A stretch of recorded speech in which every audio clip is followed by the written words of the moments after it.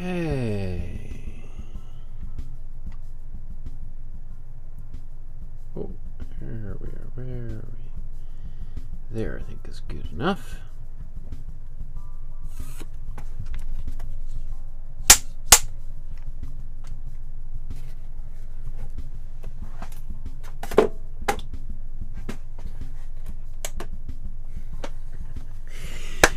Good afternoon. My name's Michael Markowsky. Welcome to my studio. Today we are going to recreate a photograph that is very important to me and millions of other people around the world. An image of the Loch Ness monster. And some people believe that this is one of the great mysteries solved, and here is finally some evidence of potentially the dinosaur that managed to survive extinction for millions and millions of years, and here is a photograph that documents it. Other people believe that this is an elaborate hoax, so we'll talk all about it and this and this image. There is also another painting, which this is a kind of a photoshopped image that I've created here that I'm also going to do. So I'm going to try to do both of these. I'm going to try to do the first one really quickly, as quickly as possible, and just kind of showing you maybe a different technique of how to do a black and white painting than we did with the Ramones just the other day. So let's dive into how we're going to do today's episode. So we're going to start by getting these images onto the canvas. I'm going to show you how to do that. That's our image transfer process. Then we're going to stain the canvases with just a little bit of color to get it started. That's Imprimatura. Then we're going to talk not about the biography of the artist, but of the Loch Ness monster itself. And the history of this myth or the creature goes back centuries upon centuries, over about 1,000 years or so. So this isn't just a new phenomenon. There's been people talking about something being in that location in northern Scotland for a long time. Then we'll get the paintings begun with a little bit of underpainting perhaps, and then we're going to kind of ping pong back and forth between foregrounds and backgrounds. And then we'll look at both of those paintings side by side with the original images and see how we did. Again, because we're doing two paintings, it's going to take longer. It's probably by another 3.5 hours or so before we finish and wrap up. So if you're watching for the very first time and you're watching after this video's been recorded, you can always just jump right to the end and then see if you think they turned out, and if you want to listen to what I have to say and you can then paint back with me in real time. Otherwise, have yourself a wonderful day, I guess. If you have just returned back to where you were, consider liking and subscribing to the channel, hitting the notification bell, and if you want to make a donation, here's a couple of ways you can do that if you found what you've learned to be worth the price of a cup of coffee. Your support means a great deal to me and helps keep the lights on and all this kind of stuff. So let's talk about how we get an image onto the canvas. So again, these are the two paintings, or the photographs and photo collage that we're going to recreate. But I've provided to you some outlines which you can use, and I'll show you where to get them for free. And you can download them, and then we're going to transfer them onto canvas. I've already done one of the transfers, this one you see on screen right now, and I will show you how to do that. But I'm just going to, the other one I have not yet done, and we're going to do this in about 20 seconds, very quickly, because it's a very simple image, and then it's sort of pretty self-explanatory from there. Okay, so let's look at that process. So the way that I am going to do, the other one, maybe I'll play it a little bit quickly afterwards. I think it's pretty self-explanatory, but the way that I do this is I'm going to take a 9 by 12 sized canvas board, right? And I ordered these off of Amazon, and then I put a little bit of acrylic gesso on top of it, and then I sand it down so I get a pretty nice smooth surface. And I love having a nice smooth surface to paint on. If you really like really smooth surface, you can paint on some like thick paper that's usually a cold press is much smoother than the hot press.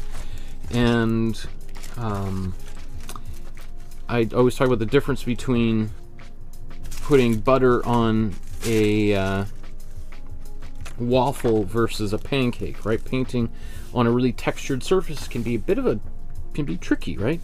So this is, I'm using carbon transfer paper. I'll just zoom in.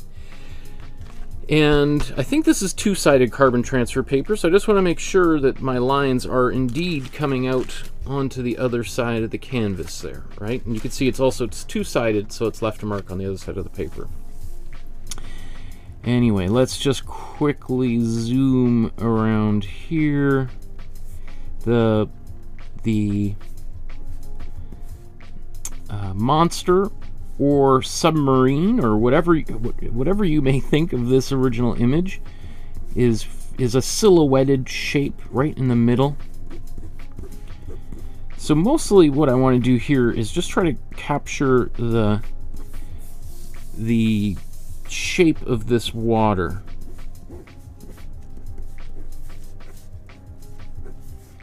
So I don't need all of these lines.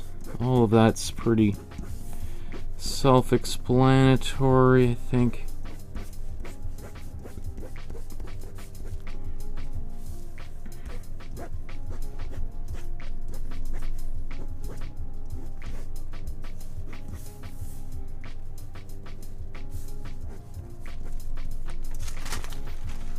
So, I mean, that's that's probably the end of this. In fact, I'm just gonna throw that out because it didn't actually get as dark as I was expecting it to, but that's all right. That's basically all I needed anyway. And of course, you could easily just sketch that out. So I did the same process with this image, and then that's the result. Right, so you can see it's a pretty complex drawing that I've done here, but I haven't really transferred all of that on here. So I just really wanted the main basic shapes to appear on these canvases. Okay, so I'm going to keep these. I usually keep these just right outside off of camera view for when I'm painting to refer to. And let's just move this stuff out of the way. Now, let's look at step number 2 here. Oops. So the next step is we're going to stain these canvases, get a little bit of color on here, and this is something that artists have been doing for about 500 years, using this technique called the Imprimatura. Many contemporary artists do not do this.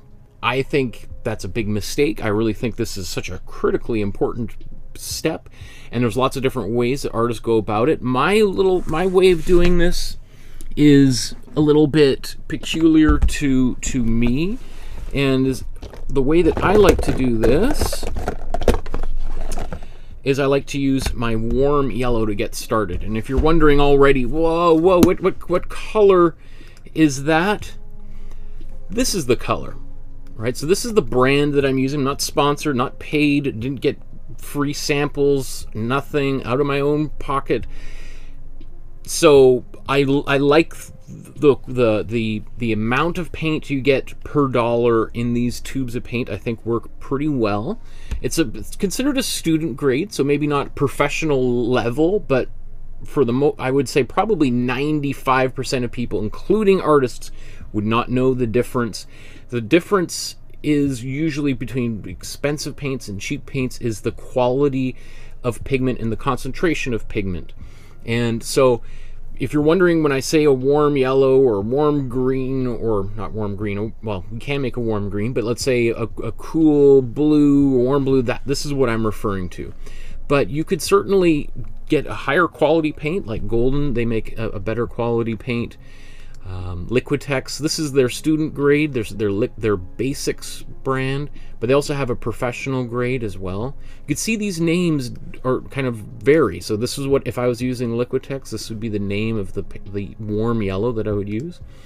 Winsor & Newton, you can use their acrylic paints. Now I'm doing all this with acrylic, right? Winsor & Newton makes mostly oil paint. Buzz, Peebo, Holbein, and Daler-Rowney are other major brands. And if there's another brand of paint that you're using that I don't have listed here, I would love it if you put it in the comments.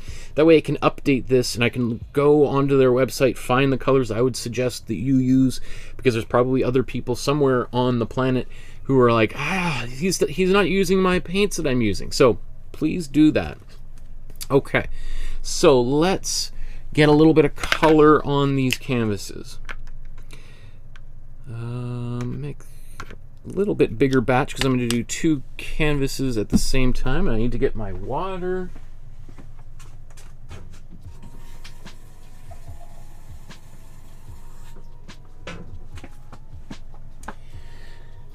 And I just realized as I was filling this jar up with water, I don't know what happened, but our basement flooded, where my studio is, and our hot water heater seems to need replacing.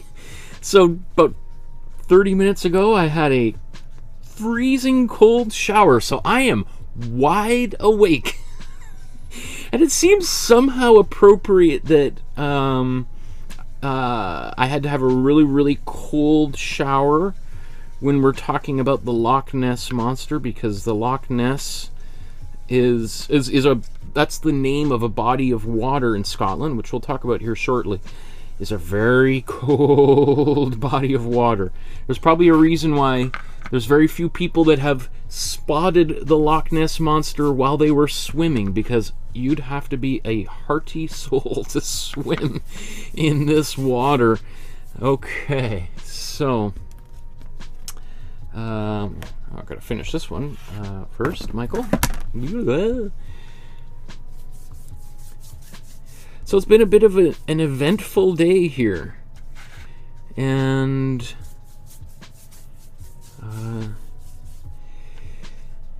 it was made a little bit easier because a few years ago we also had a similar flood. This time after a big rainstorm here in Vancouver, and the foundation leaked right before we went on a vacation to Hawaii. So that's always really exciting. A couple of days before you go on a big trip, you find that there's massive amounts of water leaking in from the foundation.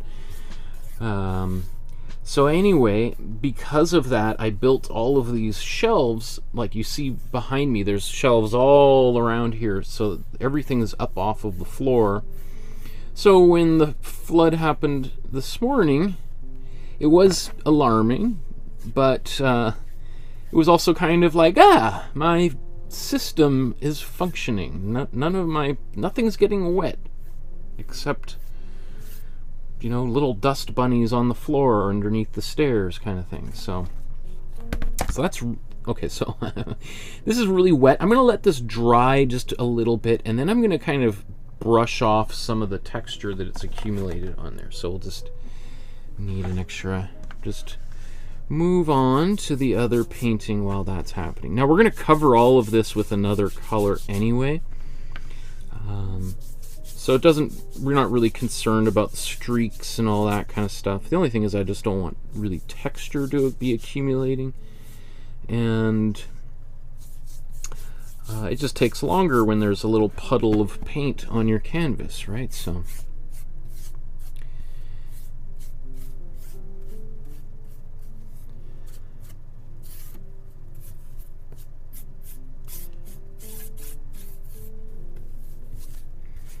and probably put a little bit too much water to pigment in here. Now this is the only time I ever use water when I'm painting with acrylic paints, And that's, I think if I would say that's the number one thing that I see beginner acrylic painters do, is just constantly, every time they want to mix a color, they dip their brush into the water and mix. And basically you're transforming your acrylic into watercolor, because that's how you paint with watercolor, right? And I think some people think that they are very similar materials, and they can be used similarly. You can basically transform acrylic paint into watercolor by painting it like that.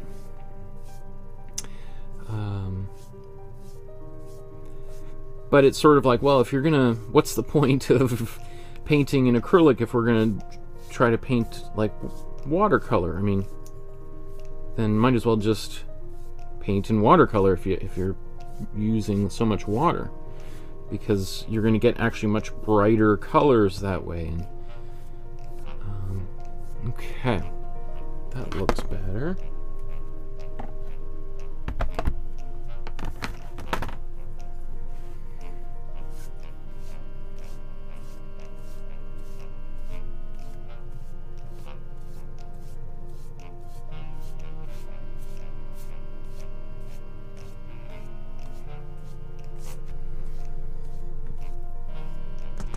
Okay, so I'm actually just going to quickly blow dry these. So I'll mute the microphone for just a quick second here.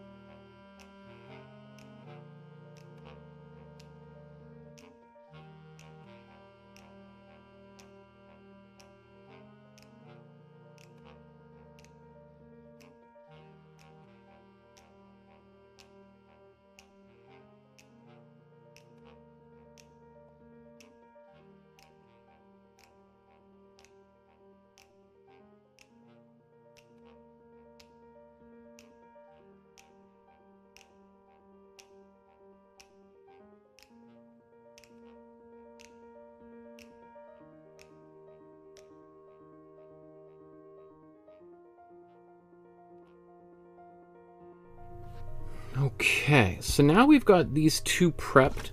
This one, I'm going to paint colors directly over top of that warm yellow. So I'm not going to, that's fine just the way it is.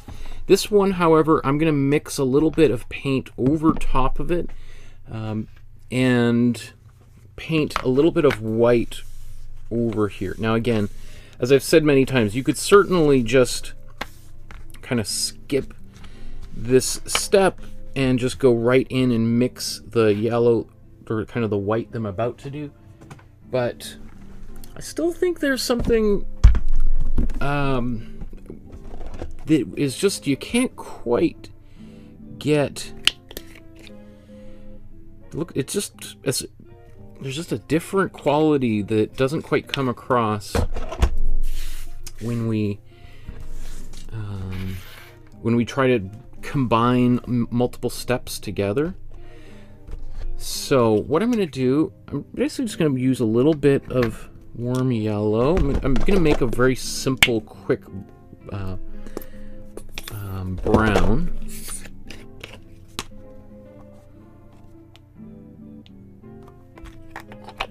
So I'm just using a very small amount of color here.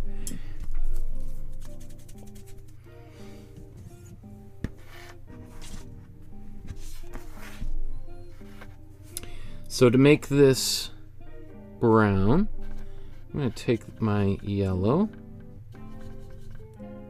a small amount of blue, and red.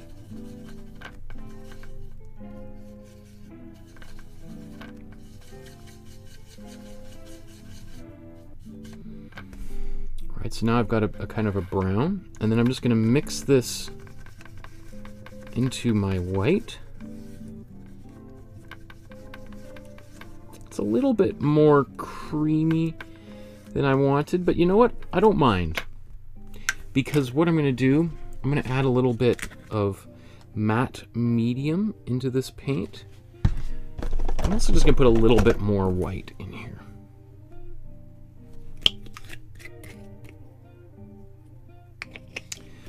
And that's just going to thin this color out, make it a little bit more transparent. That means a little bit of that yellow that we applied earlier is going to stick around.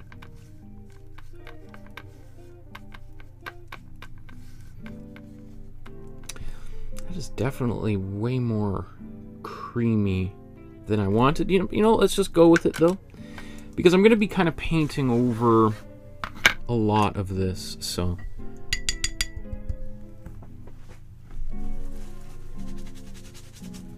And I always, like, I mean, I could remix that, but I always think it's, part of me just like, well, let's go with it, because I'm sure there's a few, you know, I could show you how to do it perfectly, which is just basically, I would just mix that white again next to it on the side. But there's probably a lot of people who might not get it, quote unquote, perfect, and be kind of frustrated, and then feel like there's no, they just can't progress on this painting. So I just want you to see that if you don't get the mixture right, it's not an insurmountable problem. One thing, again, you'll probably also see here is that my pencil lines have kind of, they're not all gone, but they are obscured, which I don't mind either. Like I kind of like that those pencil lines become a little bit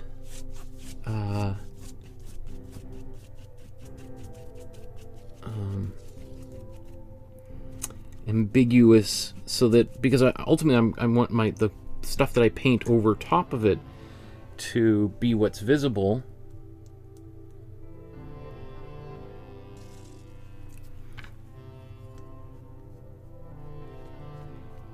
And if some of those pencil lines come through too much, then I have to become very conscious about trying to, kind of like hide them a little bit, so that they're not kind of showing through too much.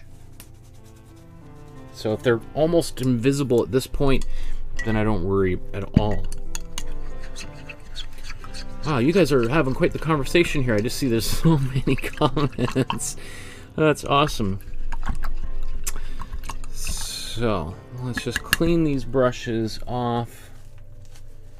I might just give the table a quick little clean as well. So this is a similar, what we're doing here is similar to what I did here. I used the exact same process. You can see maybe it's a little bit not quite as creamy.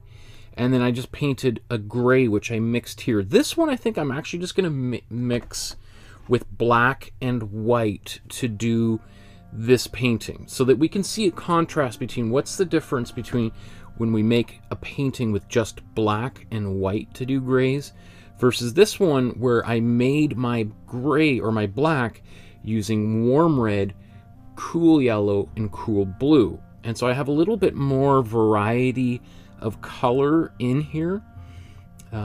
Perhaps by chance, or for me, because I've been painting for a while, I like to think I did it deliberately. But, you know, in some ways that is, I would say that's, well, in some ways you might say that is way more difficult to do. I actually think if you're painting a pretty complex image in black and white, if you're just using white and black to mix your gray, then trying to create differences between the you know, let's say in this instance, like the ground, the figures in the background is kind of tricky because they're all this. Then you just only have value. You don't have color to create those distinctions. So instead, I had a little bit of a purple gray down here. I had a little bit of, this is pretty neutral, but slightly greenish gray, and then this is a more bluish gray down here. So I actually basically have three very subtle variations of gray, which actually makes my life a lot easier. So even instances like, let's say a hand here, if the values are pretty similar, it's okay because the color is different, right? So anyway, I just want to explain how I'm approaching both of these two paintings. I'm just going to let this dry, and then let's move on here.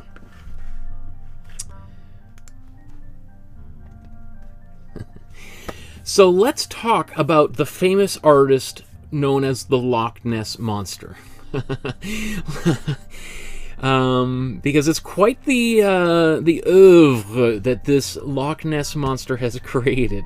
So typically this is where we give the history of the artist. Today we're going to talk about the history of the monster. So again, just as a quick reminder, this is where the Facebook group is. I encourage you to join the Facebook group. I just remembered, I've neglected to mention that you can download those templates for the outlines here on the Dropbox. There's a Dropbox link in the description below. Click on that Dropbox. It's a different link than our Master Study series. And you'll see down here, number 23 is the Loch Ness Monster. And in here, there's 6 files. There's the 2 original images, the photographs and photo collage. This is the photo collage that I created, and then the outlines that I did. And the outlines are available for you in a JPEG format as well as a PDF format, whatever is easier for you to print out.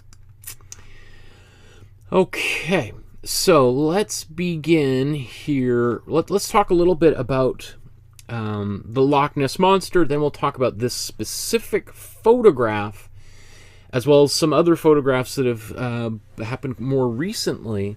And then we'll also talk, actually maybe even before we do that, let's just so we can have a little bit of context. Here is the United Kingdom, right? There's France and Germany and Holland. And then if we zoom in here, we've got England, Ireland, Northern Ireland, and Scotland. And the Loch Ness is way up here.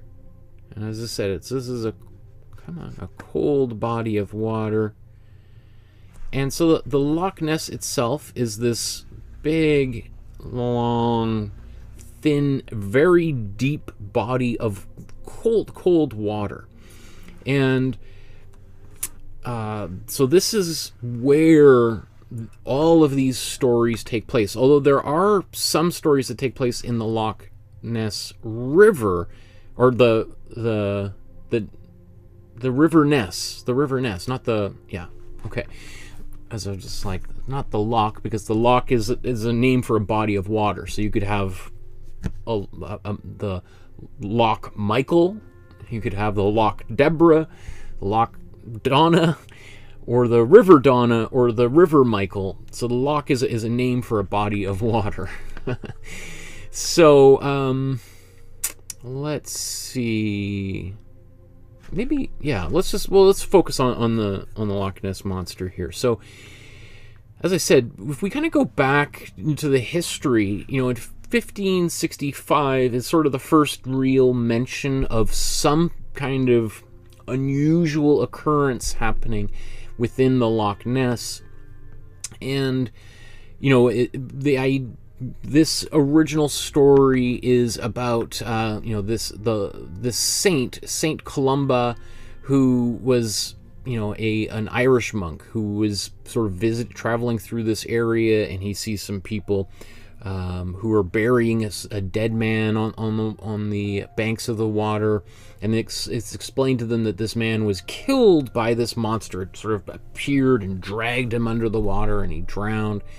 And so they get in a boat, and apparently this monster sort of appears again, and this saint holds out his cross and is like, "Get back, you demon!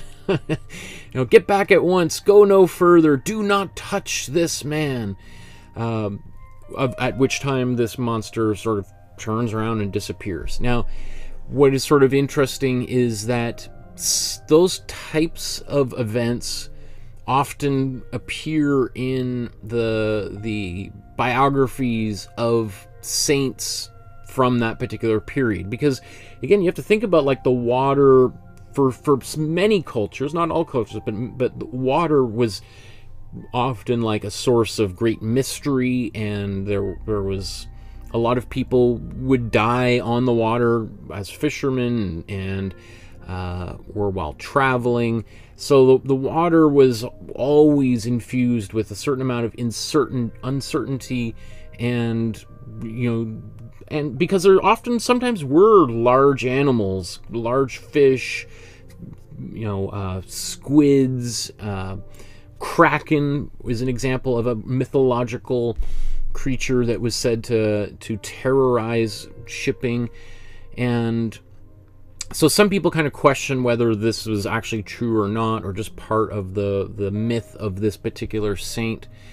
But it continues, and over the next many centuries, more and more stories are told. Now, it's interesting that some of these early stories from kind of the late 1800s and early 1900s involve this creature that is sort of semi-land based as well. And some people think of it as this otter that lived on land, and it would sort of, when it was scared or when it was eating, would crawl back into the water to avoid people.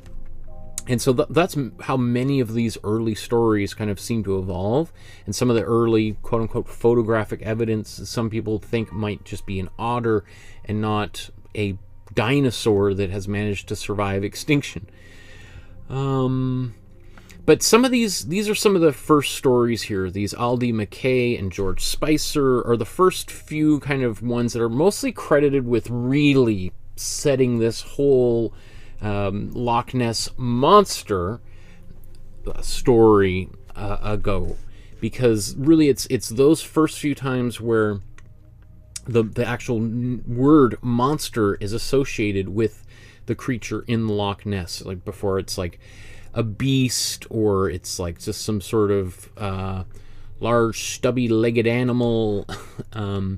But that's I think it's the Aldie Mackay here where at first the word monster is used in news stories, and I think it's also really the first time where it gets picked up by traditional news sources or news outlets, right? And it also seems to coincide with more and more people moving into that area and tourism, and so and just like here in Western Canada, we have Ogopogo, which is supposedly a very similar type of monster than the one that is said to inhabit the Loch Ness. And Ogopogo lives in the Okanagan, Lake Okanagan, and is features on a lot of, there's billboards and signs and stuffed animals you can buy in gift shops in and around Kelowna and Kamloops and in the Okanagan region here in the interior of British Columbia.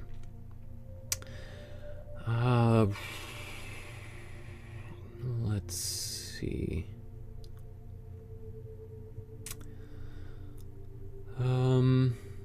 So here's like an early drawing, right? But again, some people say, well, maybe the neck is a little bit exaggerated. And, it's not surprising. This is before people had a phone in their pocket that they could just pop out and take a photograph of something, they would have to just kind of quickly try to remember what this animal looked like before it disappeared into the water or into the forest. But the subject of today's painting really is right here, what is known as the surgeon's photograph. And it was taken supposedly by this guy, Kenneth Robert Wilson, although was probably not taken by him. He's the one that is sort of credited with it because he was the one that delivered it to the newspapers. But it seems to have been like friends of his that took the photograph and handed it over to the newspapers, which then published it. And let's see, there's some information in here on Wikipedia, but there's been many documentaries and many books. I remember as a kid being totally obsessed with the Loch Ness Monster. I remember thinking, like, as soon as I get older, I'm going to go to the Loch Ness, I'm going to get a submarine, and I'm going to go investigate it. And I remember there was a photograph of a flipper that, like a fin that appeared around the time of my youth, and that was just like, oh my goodness, that was proof that something existed. I think it's, if we can zoom in on here, this is on the PBS website here. So this is the fellow that is said to have been the one that took the photograph. And this is actually the full uncropped version. Let's see if we can get even closer. It's actually pretty hard to find a high-res version of this photograph. As this has been examined now, it's believed that what we're looking at in this photograph is actually something that was maybe about that big, about 60 centimeters. So if you take two, grade school rulers and put them side by side, that's what. So it's kind of a little. It's said to be a bit of an illusion that this looks like this mammoth creature under the water, and in fact, it might be something much smaller, such as this. A toy submarine on which there was this kind of putty-like creature that was glued onto the top of it, and when some other people saw these guys kind of making this hoax, they kind of scuttled it into the water. And so potentially one day someone will find this children's submarine at the bottom of the Loch Ness, which again is a very deep body of water, but it's unlikely that anyone will ever find this thing. And by that time, I'm surely, if it does exist, if this version of the story, the neck, I'm sure, is long since deteriorated.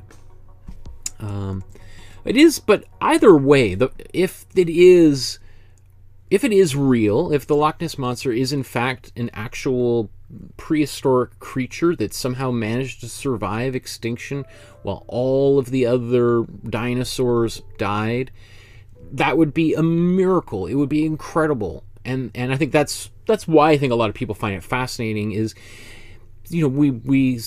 many of the land-based dinosaurs, most of them died away, except the birds. Birds are descended from dinosaurs.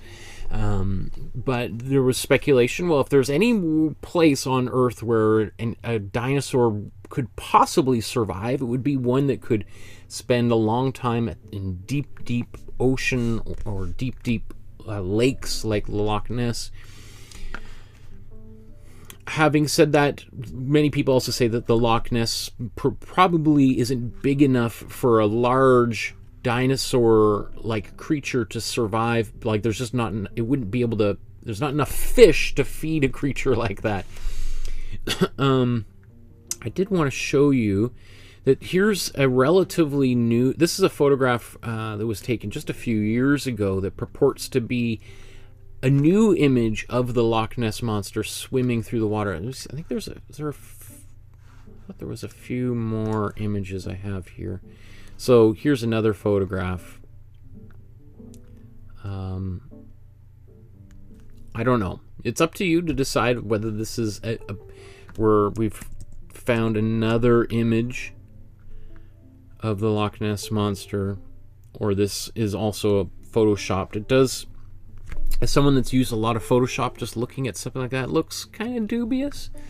But anyway, so I think we'll have plenty of time to talk more about about this creature. I'd be interested to know in the comments what you think about the Loch Ness Monster. Do you believe that the Loch Ness Monster exists or not? Was it a hoax, or is there something that we don't understand below the surface of the water?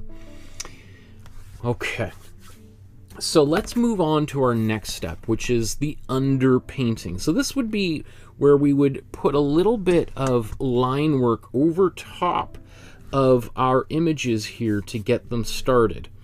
And I think, do I need to do... I don't know. I don't know if either of these canvases need anything like that. So I might just begin. In fact, I think I might try to do this one, and I might set myself even a little timer to see if I can do this within the shortest imaginable period of time. So what is reasonable to think of? I think half an hour might be pushing it, but 45 minutes I should be able to get this painting done. Let me blow dry this. We'll get some paint on the palette.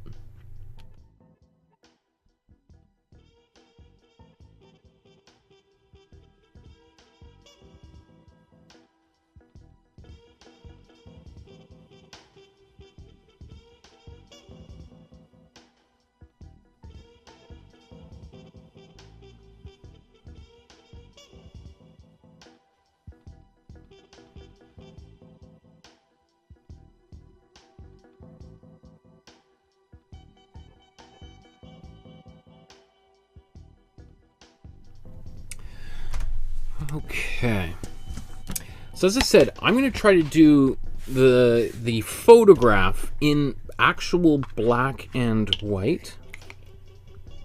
Let's put lots of white here. Let's put even more. I'll put a little bit to the side.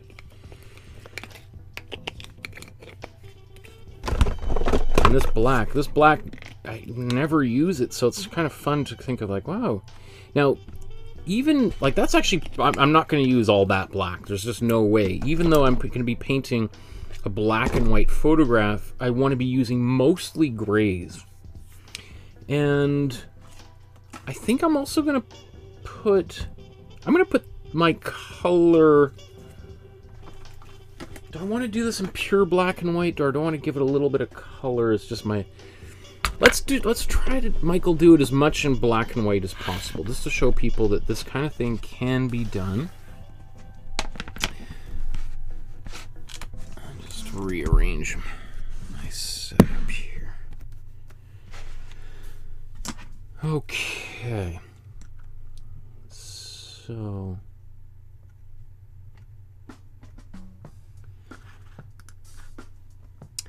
So let's just take a quick look here and just think, if I was to approach this painting, or I'm going to approach this painting, how would I do this? I would probably start with a kind of a dark gray, not that my darkest, not a black, but something pretty dark, and I want to lay in a lot of the darker shadowy areas as quickly as possible. And then I'm going to move into maybe a little bit of highlights, and then I'll finish with my darkest dark, right, which might be actually painting a little bit of black here. So let's start with some of this white and black and just mix this together.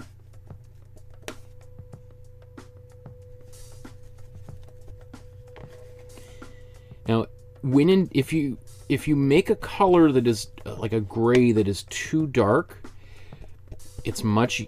I would just advise you just to try to mix that gray again to the side, because if you're trying to lighten up any color but a gray, let's say in this instance, you're going to need a lot of white to lighten it up. versus darkening it, you barely need any pigment and it goes dark really quickly. So it's just kind of a good rule of thumb, that because sometimes I see when I'm teaching classes and people have a color that's too dark and they just they're squeezing all this paint out, and I'm thinking you're going to use that whole tube of paint to lighten that, and then you're just going to paint like an eyelash.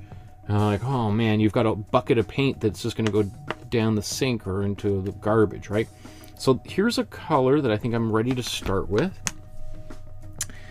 And I like to use my flat brushes like this. And I'm also just going to add a little bit of matte medium in here just to give it a little bit. It's going to thin the paint out and make it just slightly more fluid-like, which is just going to make it a little bit easier to paint with. Gets a little bit more transparent, which I don't really mind at all, but okay.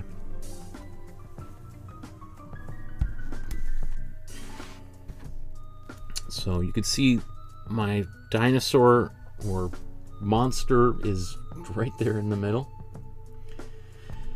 And maybe before I start this, let's get a timer going here.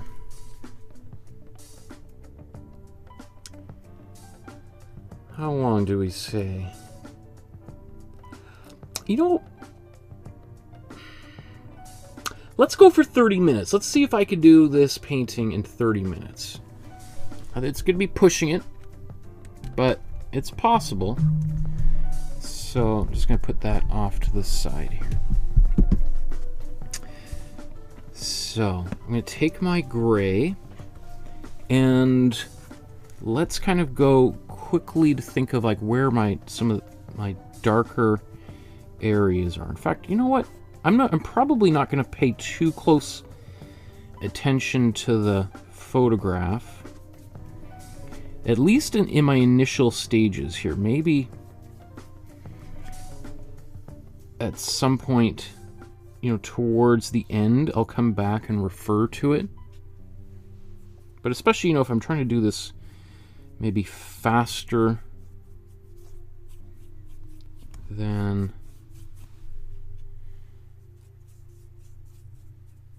so I'm just going to kind of fill this up.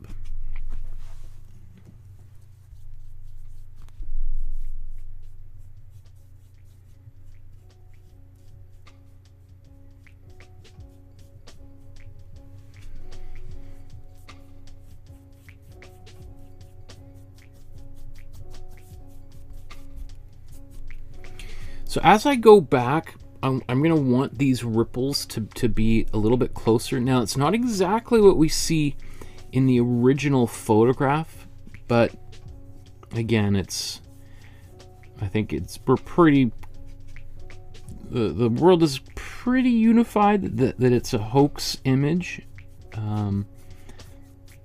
So we would expect that just outside of the photograph up here would be probably, unless this was in the middle of the ocean, like the far shore somewhere there.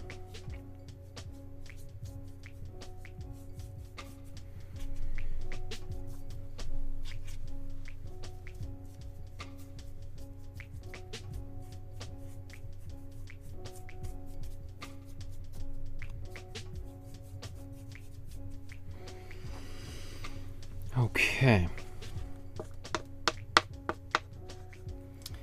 Actually,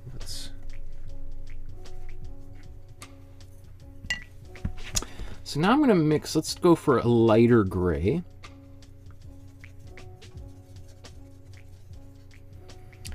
And I'm also going to take a bit of matte medium, just drip that in there.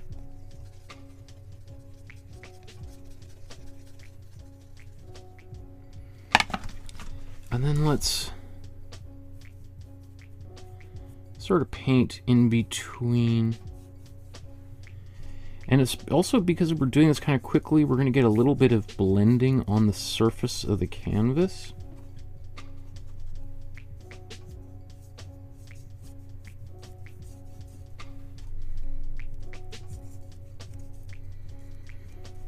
or the paints that is there is going to sort of just blend into what we have already applied.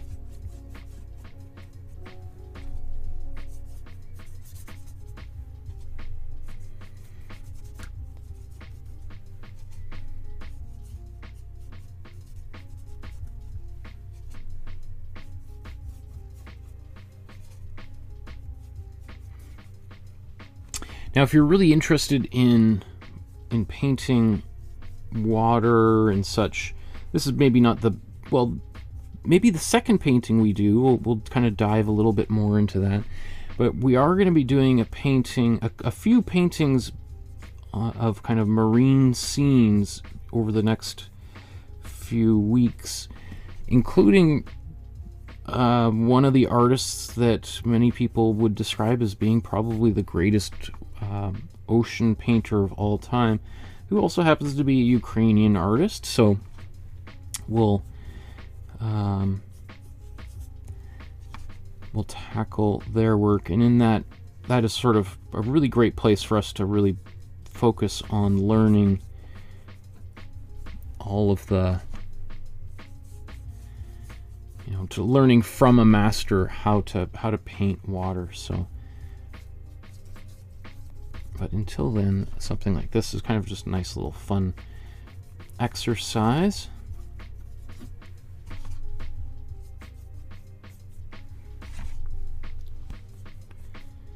Okay, that's 5 minutes gone already.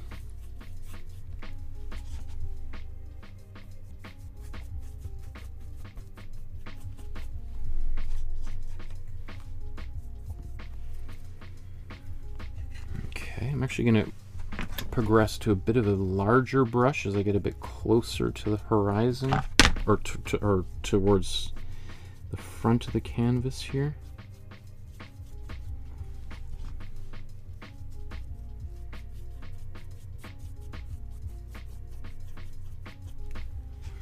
The other thing with adding a little bit of matte medium into this paint is because it's a little bit transparent. I'm not so worried about painting over top of my previous lines, my darker lines that were there.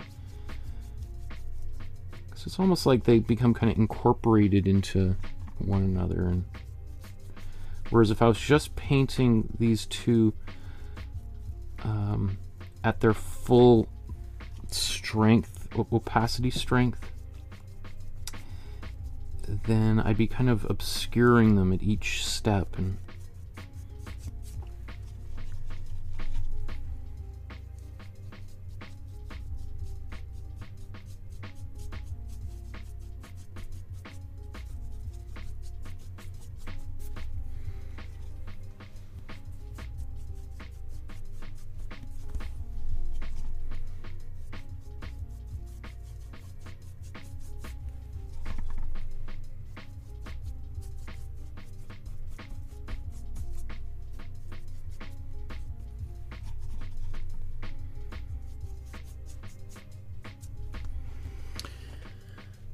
okay,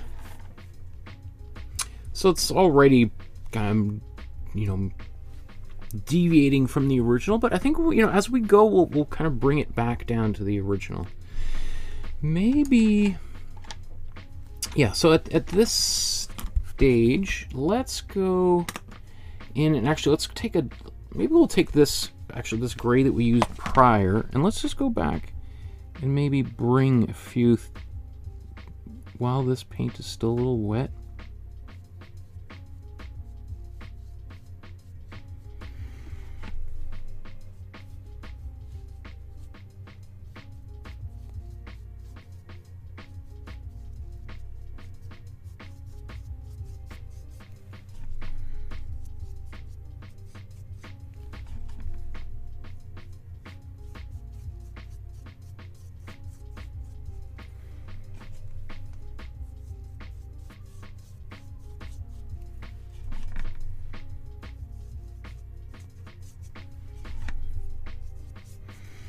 And I haven't really looked at the photograph at all.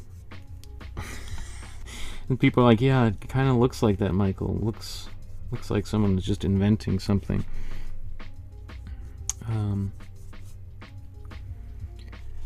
Okay, I'm going to go back to a lighter color.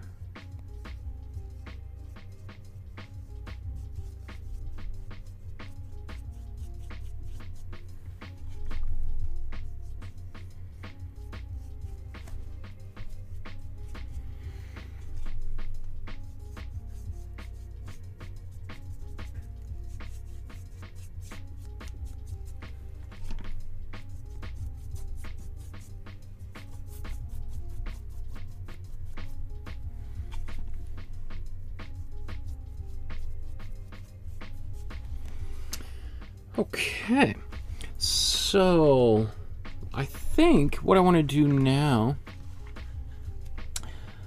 I'm going to do a much darker gray, and I'm going to actually attempt just to get the, right off the bat here, the actual creature itself.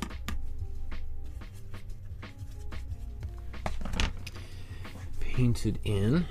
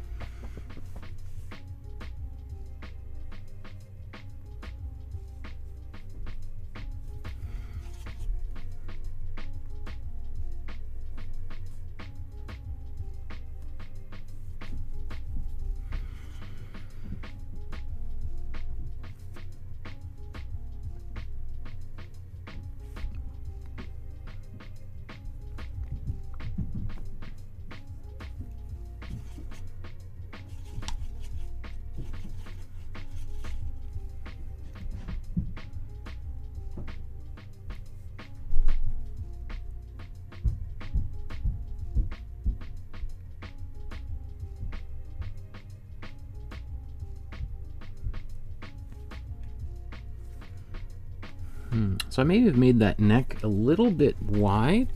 So I'm just going to take a rag and just quickly go in here and thin that out.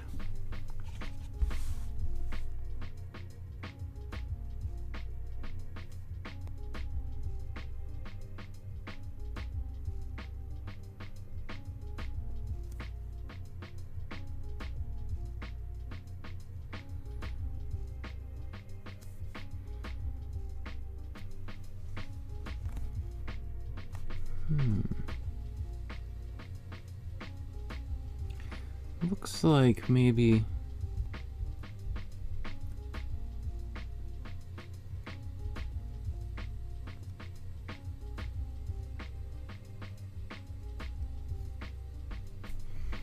it's a little bit more like that. And we can play around with the shape of that head even more and more.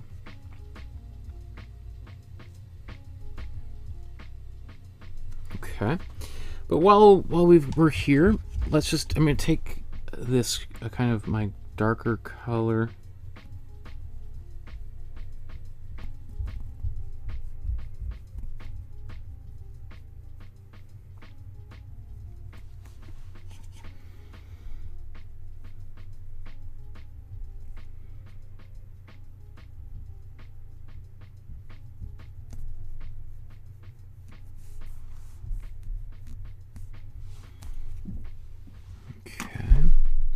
In fact, I might now start just painting more and more with a much smaller brush.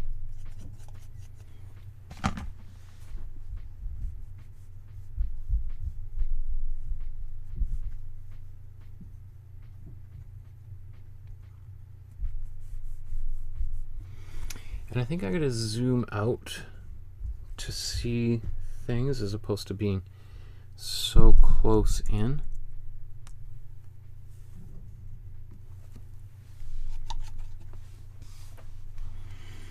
So now we can start maybe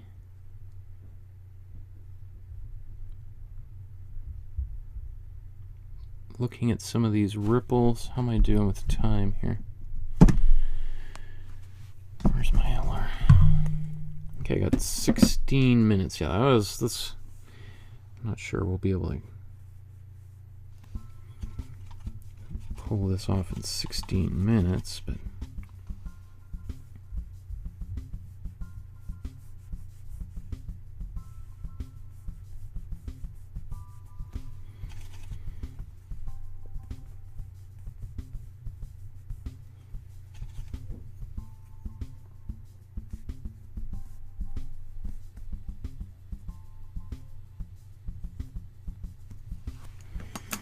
Okay, so I need more paint,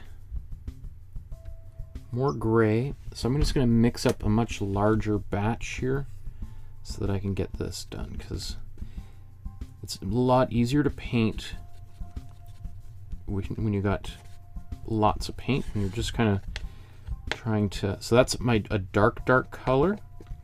Let's just take some of this white and just mix this off to the side on its own. And then as I'm painting, I'm just sort of going to maybe pull a little bit of color back and forth between some of my, between those two here. So like sometimes just kind of going a little bit in between, and then sometimes going a little bit darker.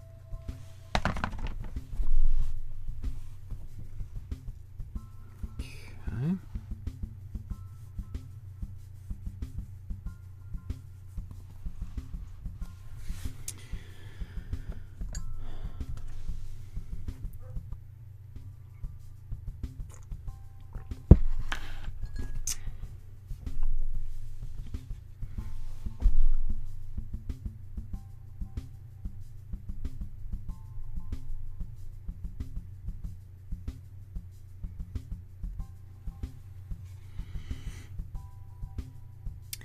So now I'm kind of looking for some of those shapes in the photograph, like I'm kind of looking up in this area here.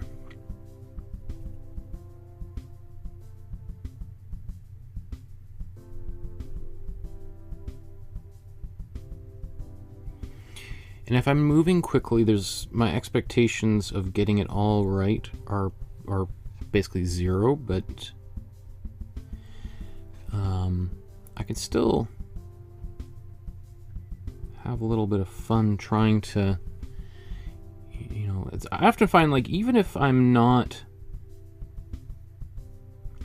like, so for instance, right now I'm painting, I'm doing a graphic novel about a famous Canadian artist named Tom Thompson, and I'm doing a lot of paintings of, like, a big park north of Toronto called Algonquin Park.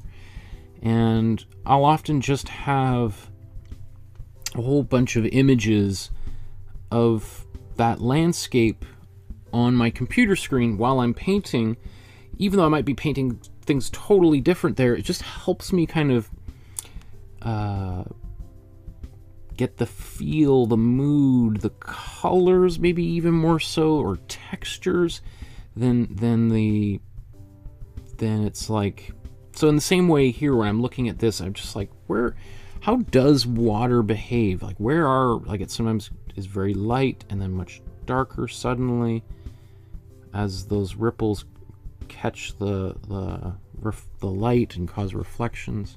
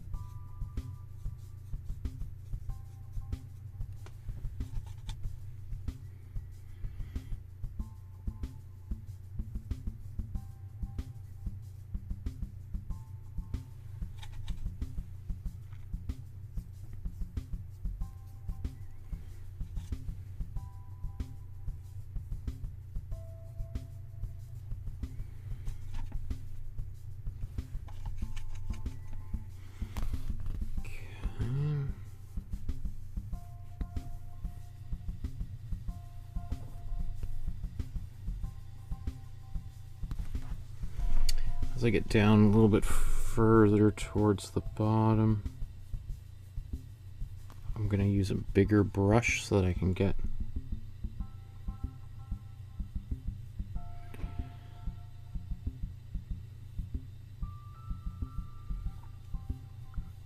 because the waves should appear bigger closer to the bottom.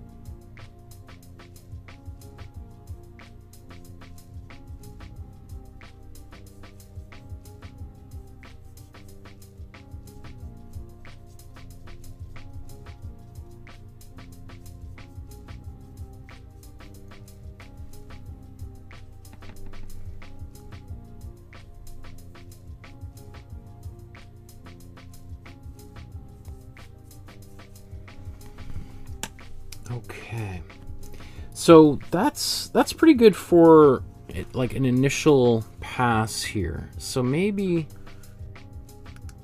I'm gonna go in and just, should have done this before, but so now I'm gonna move into basically the foreground. I would consider like everything I've done so far as sort of like establishing the painting, maybe more of the foreground. What I want to do now, basically, for this painting, would be approaching the finishing touches of it. Now, there's more detail that I want to put in, but I feel like I've got a lot of the main things established. Now I want to like look closely at the photograph and just think about like how the water is behaving. And so what I'll do is maybe actually start just to follow some of these shadows or the darker areas, paint a few of those in, and I think all of a sudden it's going to really make things look quite believable, right? So let's put these side by side again. So let's I'm going to begin, I kind of like kind of the bottom left corner here. So we'll look at some stuff down here. So in fact, I like these two shadows here.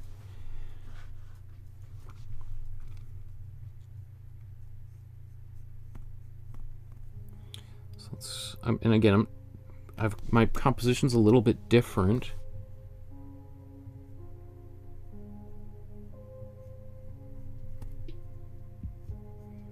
I got a few more of this, bit more of a curving thing going on here.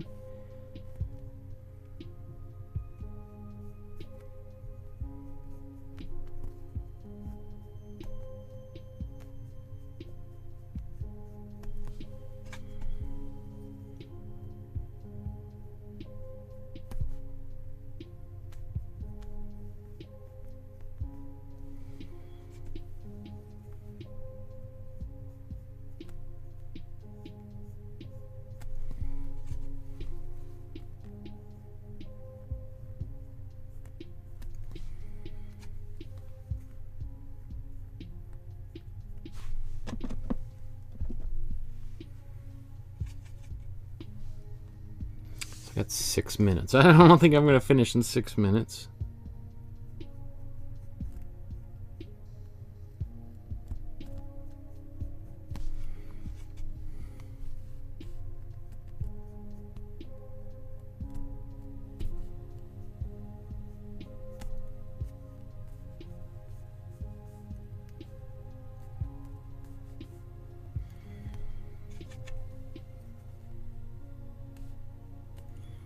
And so now I'm going to look at this type of thing here.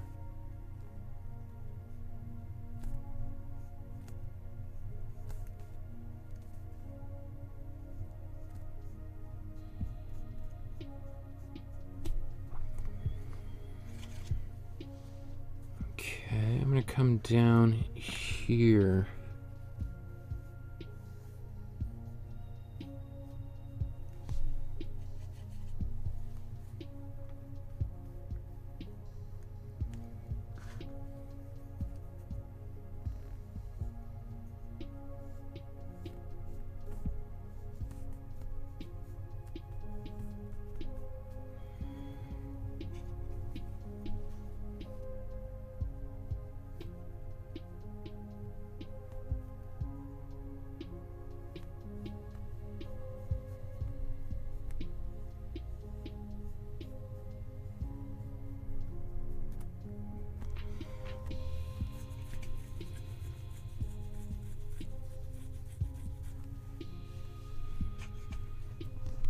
Okay. So already, you know, just this little area, it's not perfect, but I'm already starting to get a sense of something a little bit more specific is happening, right? That using that reference, I start to kind of, it makes things like, the rest of the painting just looks pretty generic so far. Just a big spiral, right? Once I start looking at the photograph and taking some inspiration from it, then I can start building unique areas of the painting. So let's keep at this. Maybe I'm going to continue on the bottom since I've got a little bit of a darker color, and we'll lighten up as we go a little bit further back. So I'm going to kind of look at some of this area down here.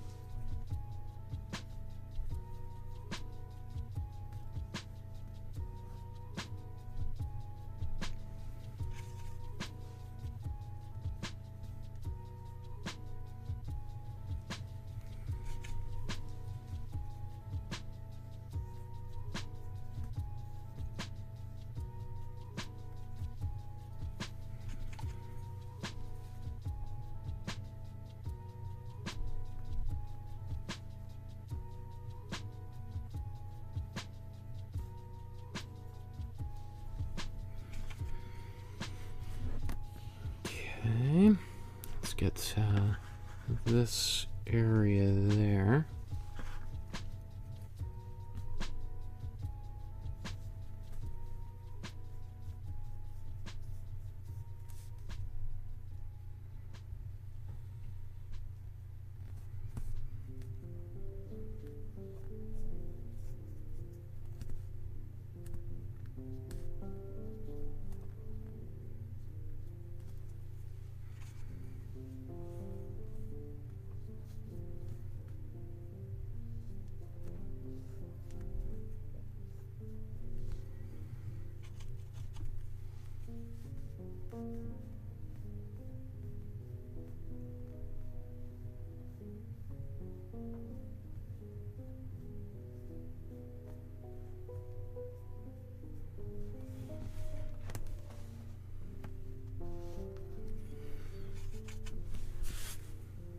Okay, so let's move over here.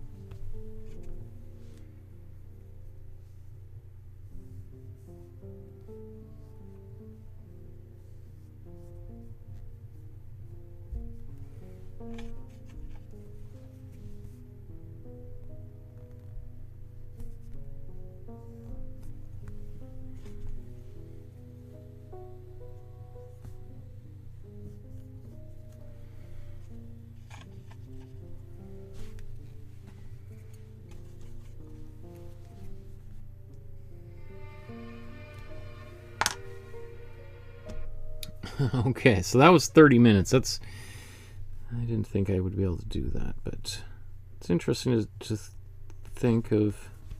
Let's see, in fact, let's do 30 more, and then I'll move on to the other painting.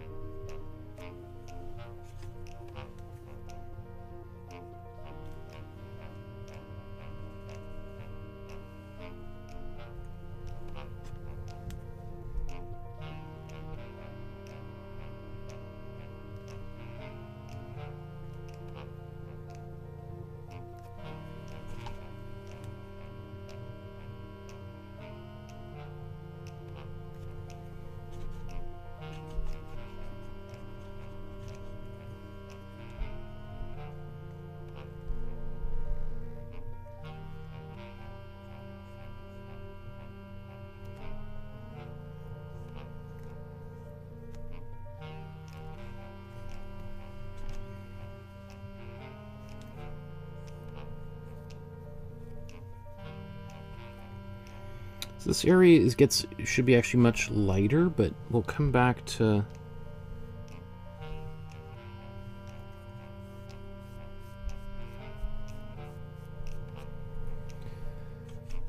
that.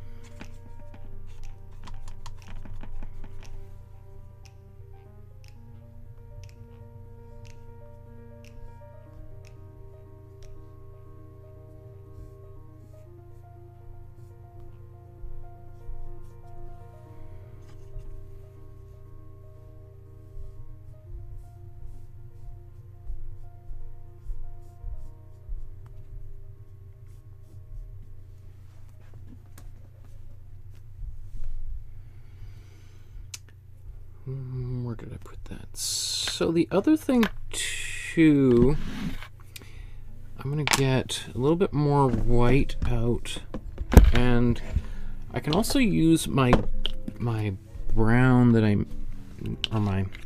guess slight brown that I made earlier to mix in to lighten up, because if I just keep on adding white to this, there'll be a difference between the cream color I put in the background and that.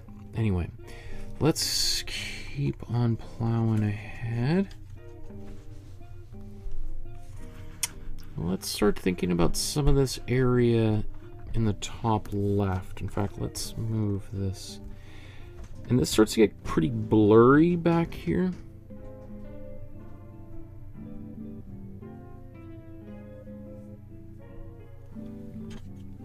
Remember, this photo is much larger and it's been cropped quite dramatically. So we're dealing not only with like the blur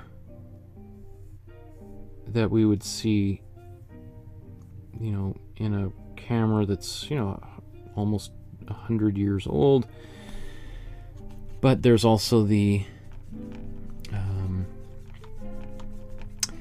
film grain as we enlarge this photo so dramatically.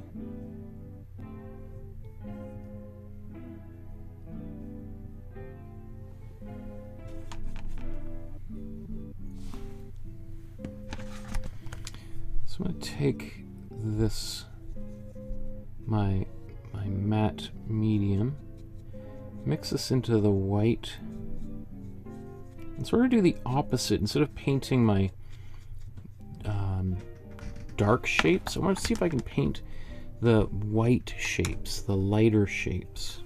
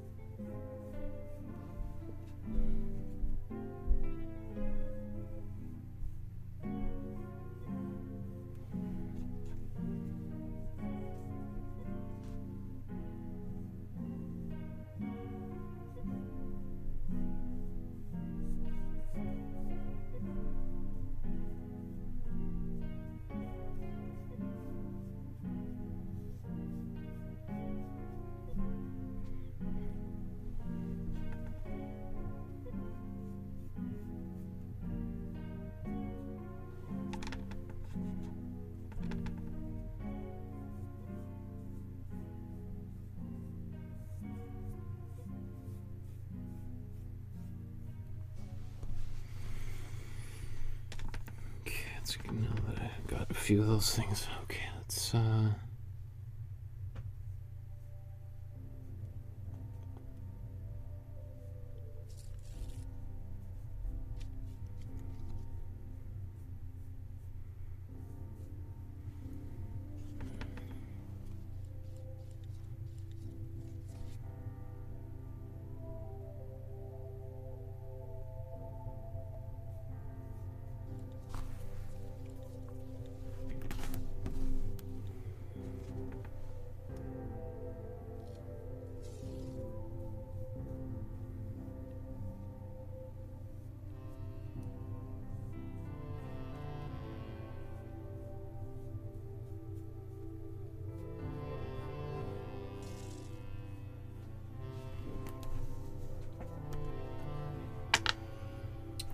Whew.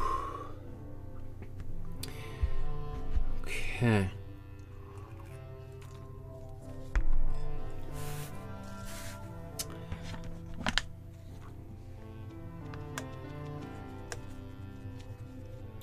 So I'm going to go back to my kind of a little bit lighter gray, not my, it was kind of not quite as dark as these shapes. And I find it actually, as I was trying to do those lighter shapes, I found that really difficult. I think just visually it's easier to see the darker shapes for me than it is the lighter shapes. So I'm going to go back to, that's why I was sort of lightening a bunch of things up. Now I can paint some of those darker shapes back in. So let's look up here.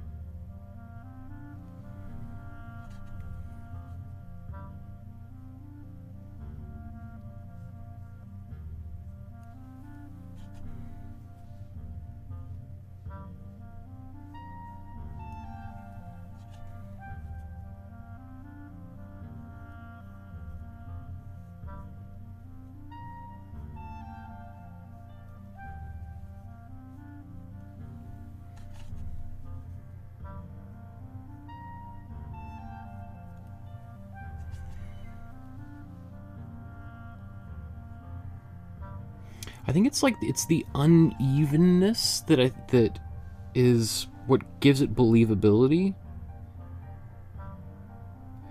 The more uniform the water, I think the more artificial it appears.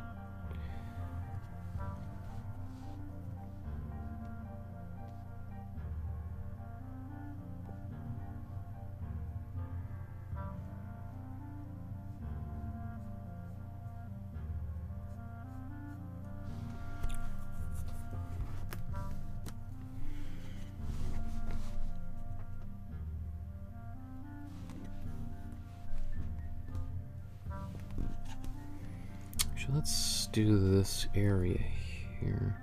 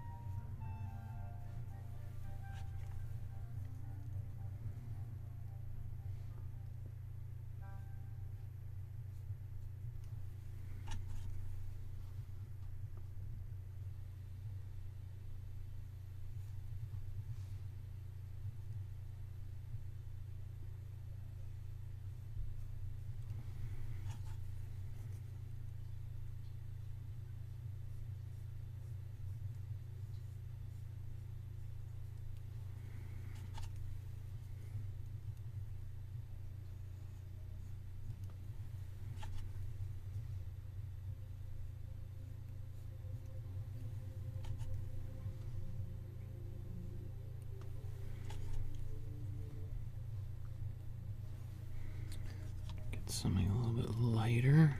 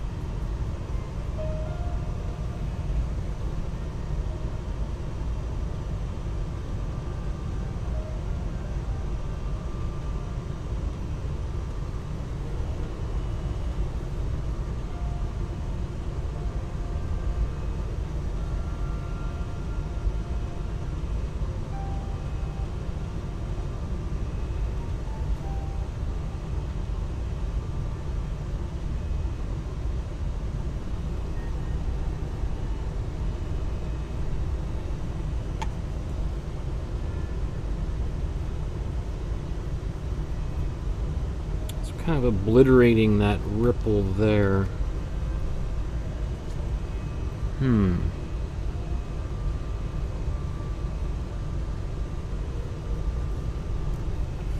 going to leave that for a bit, and I'm going to go work on a different area here.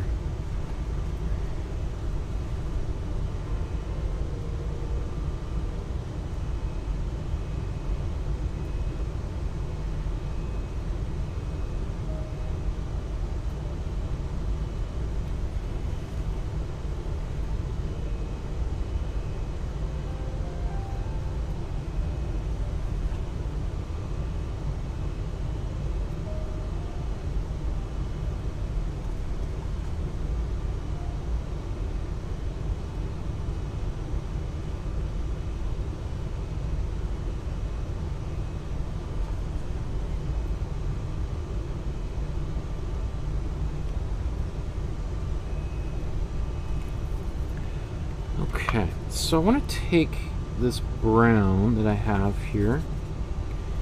I'm going to take a bunch more white.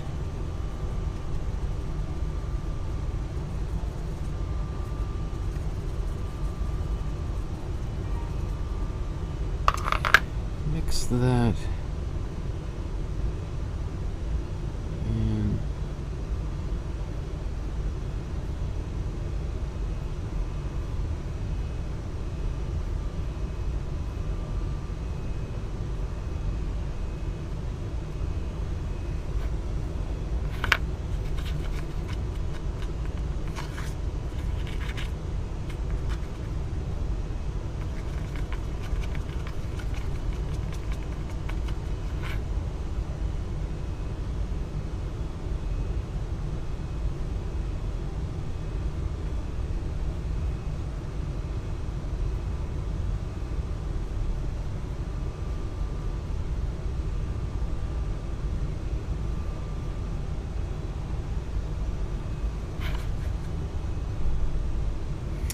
I'm doing that because I'm basically remixing my background color. Because this sort of got too dark, and I've got all that kind of nice color kind of coming through elsewhere, but not right there where it built up.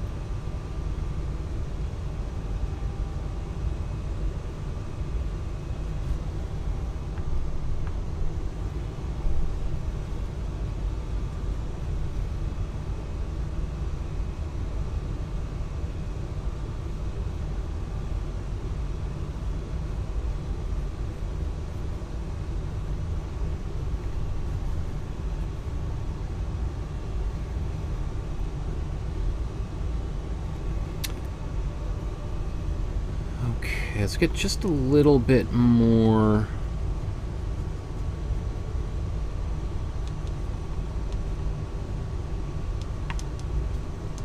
of the of what's happening up here.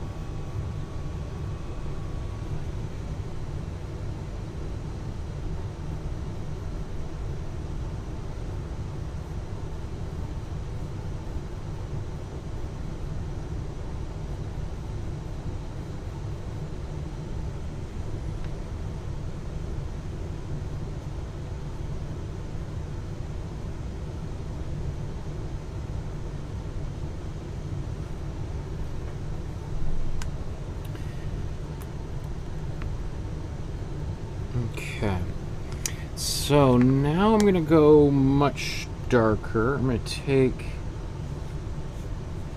some of this gray.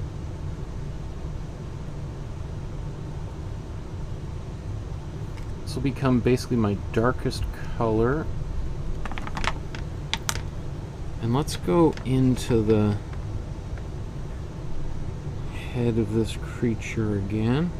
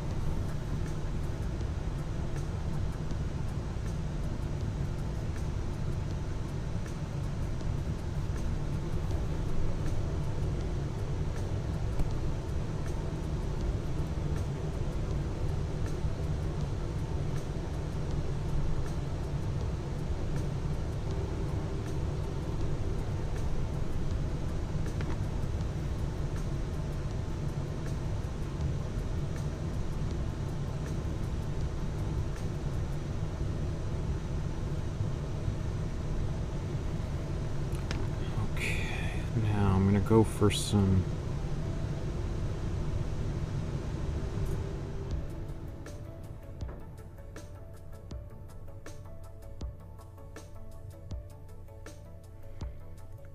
darker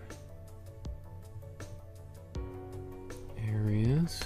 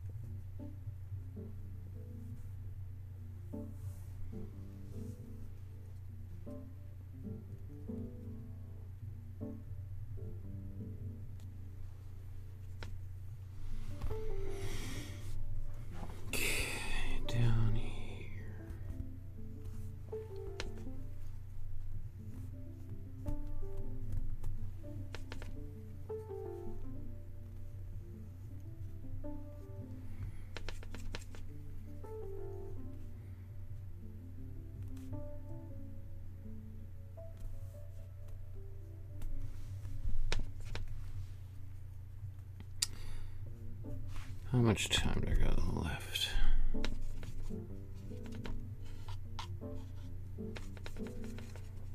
Five minutes. So I've been painting for 55 minutes on this painting.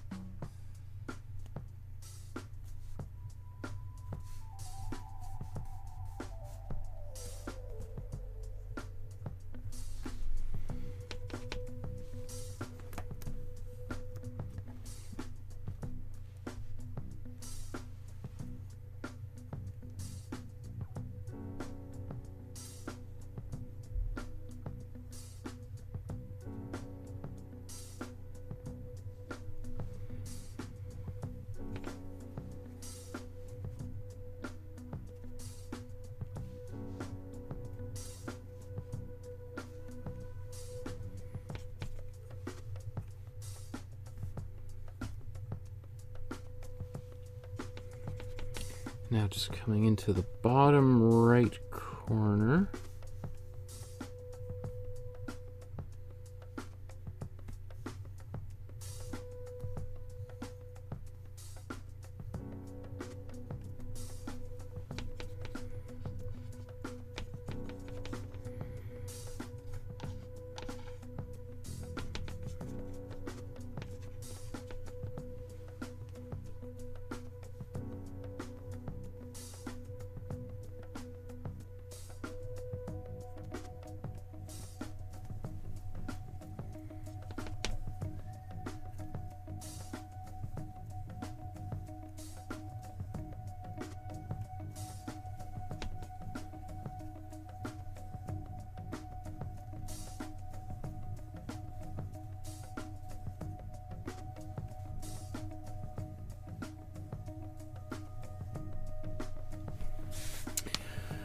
Okay. Getting closer. Okay, so that's... We've been here for an hour doing this.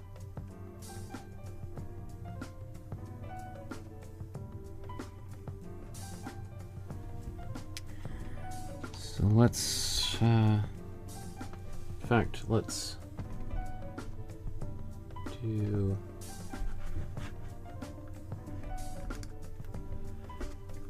this. So we'll do the finishing touches on this painting. I just want to do a little bit of highlights and a little... I want to go basically right to my black, and then we'll finish this off, and then I'll move on to the other painting, which you know, that'll take a little bit longer on its own. But okay.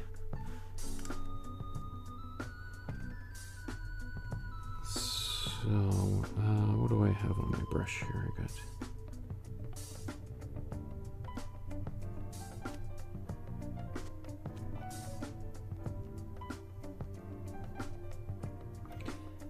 The other thing too is, like, when I'm working on any kind of... Oh, that's what I was making this from. Working on a painting, I often just remind myself that every painting is sort of a warm-up to the next painting.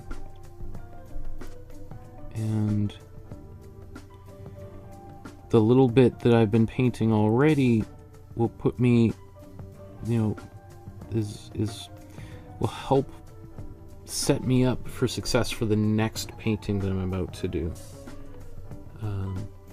That's why I always think, like, that's why I like painting multiple paintings simultaneously, is because I can take a break from one and move on to another painting, and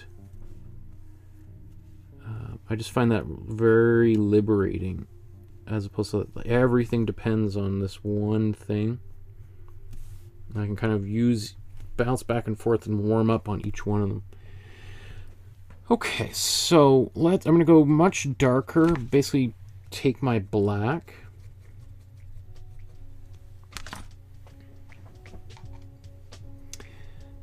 And we'll put this right in the center.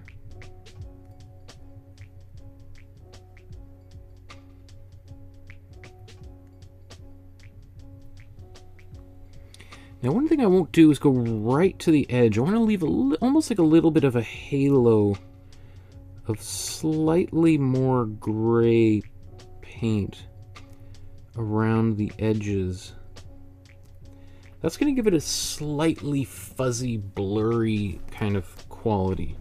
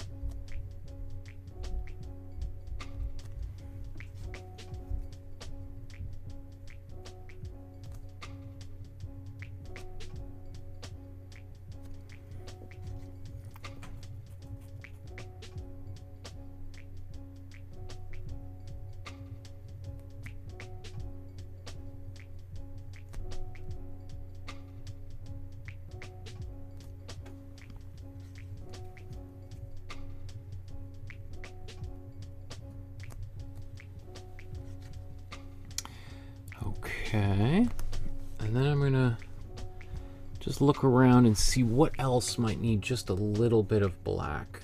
Like if I pull all the way out, you can see that's by far the darkest part of my painting.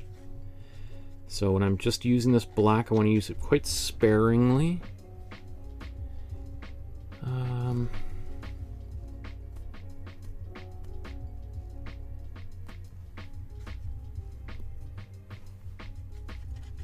In fact, I'm going to add a little bit of matte medium to my black.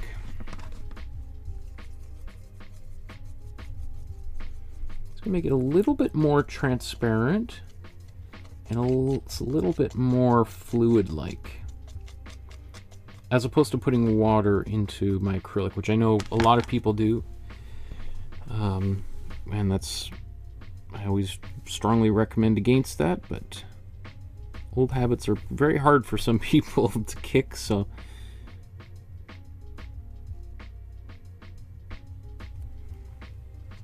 this is far superior to putting water into your paint.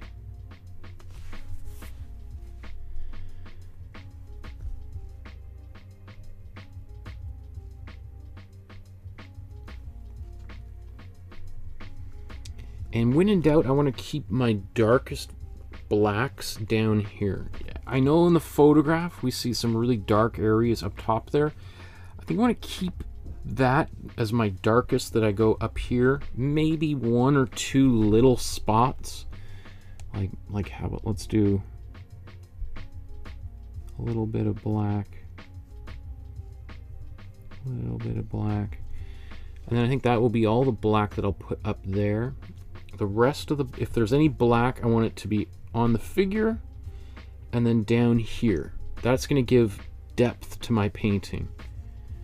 And I know it's not exactly what the photograph looks like, but I am making something that has to exist independently of the photograph.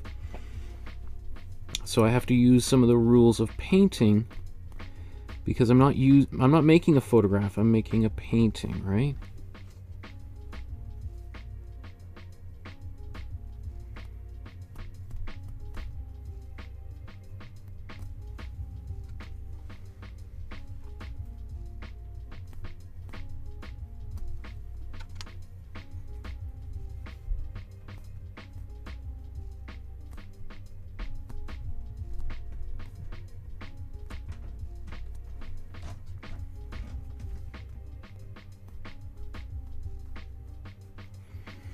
I also don't want to take too much attention away from the central figure here, right? So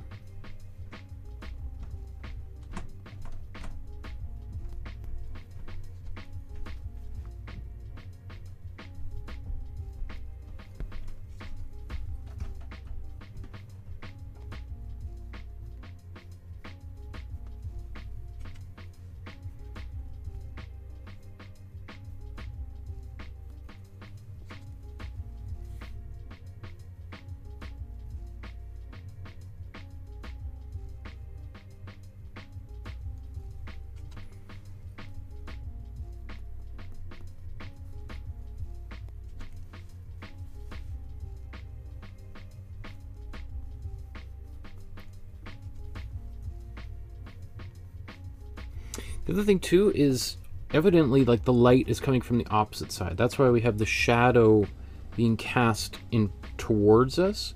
So this is the evidence of all of the ripples. We're going to see the shadows on these ripples way more than on the other side, because there's the light is coming from this way. So what this is also describing is the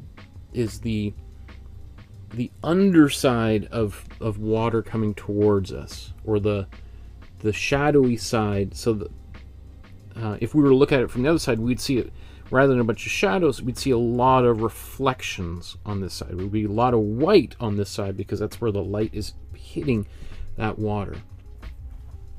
So it's also a good idea to avoid putting too many of the dark areas up top here,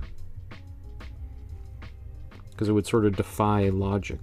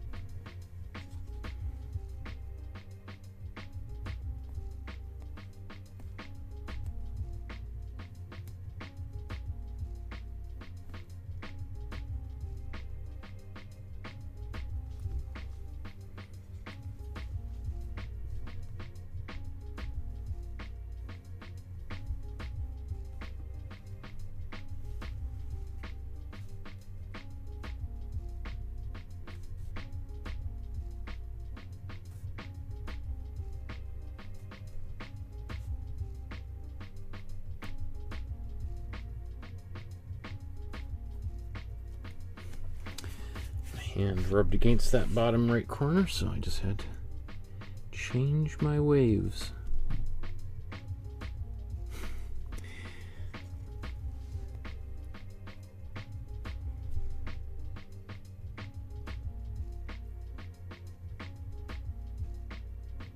Okay.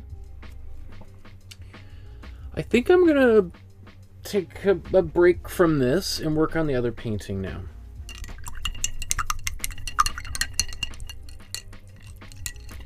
Psycho YT. Is this a restream? Is this a restream? This is live. Pisho YT.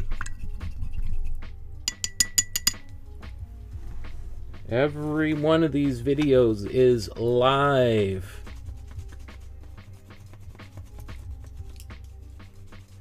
Is that a Brontosaurus? No, it might be a Plesiosaurus. Okay, so I'm pretty happy with the way that turned out. I might decide after I've worked on this one for a little bit that maybe I've learned something that I want to incorporate back into this one. So if I don't, then I feel pretty happy with the way that turned out.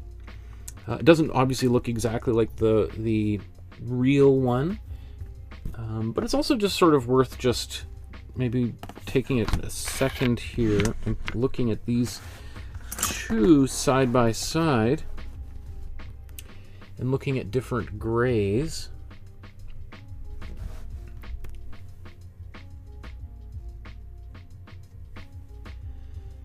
So, here on the left, this is grays that we made just using black and white, versus here is using grays that we mixed entirely from yellow, blue, and red, right? So a very different, I mean, I think this is far superior because there's so much more here. We're like, why limit ourselves purely to black and white when we have the potential to make grays that have color in them, that are vibrant?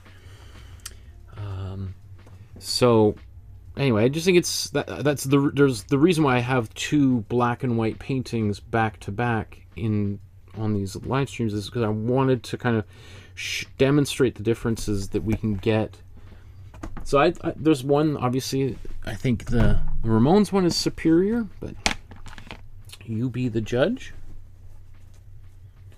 I think this way, again, it appears to be faster, but I think as you get going, I think it slows down dramatically, because then you have to be really nuanced between the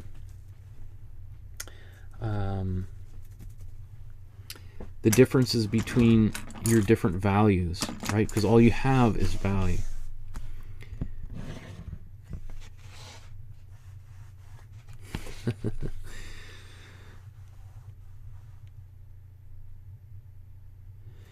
Paula says it might be a black swan in the distance. Heidi says this one would work with Chinese ink on rice paper. That could be really cool. I could see that being a really neat painting. Good idea. Okay, so I'm just going to briefly clean my palette up here and wipe away a bunch of this excess paint before I move on.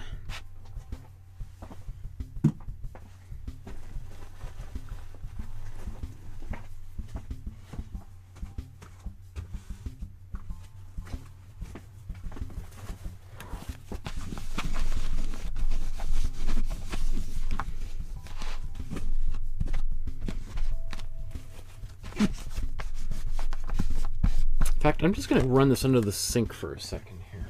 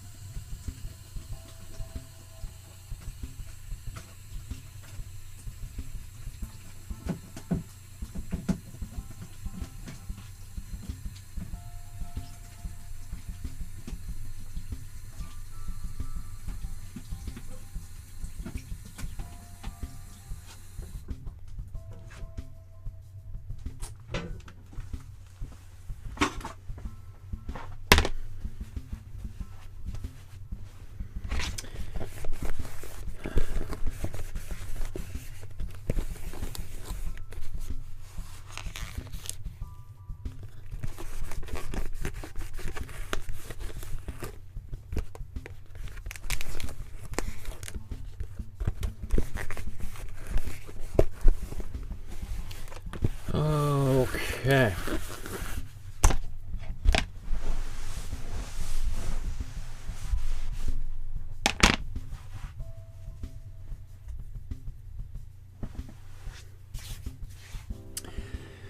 So let's put some paint on here, and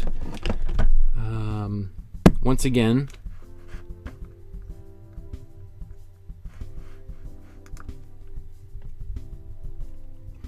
in case you're curious, these are the colors that I'm about to use to do this entire painting. I'll leave that on screen for a second. Earlier in the video, obviously, I talked about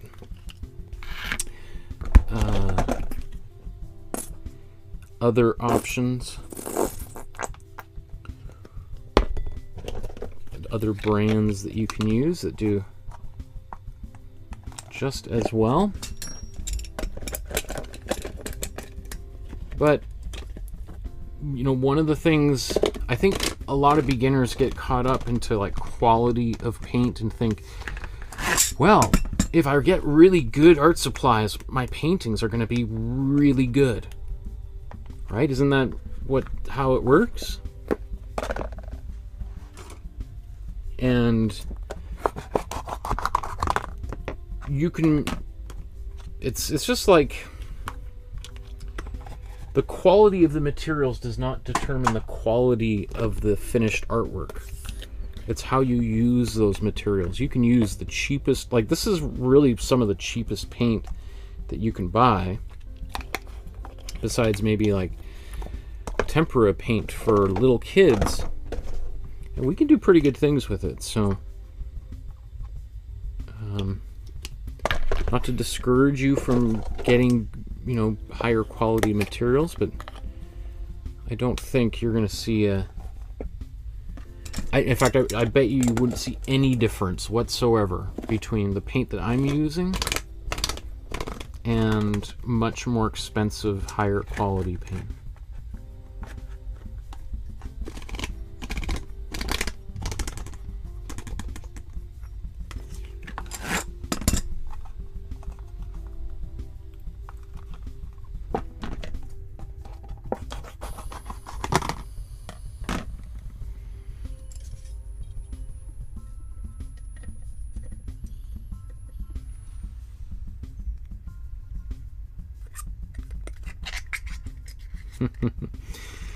The magical paintbrush. If you find it, Pascal, let me know. I want to know where that magical paintbrush has been my whole life. That would make things a lot easier. Okay.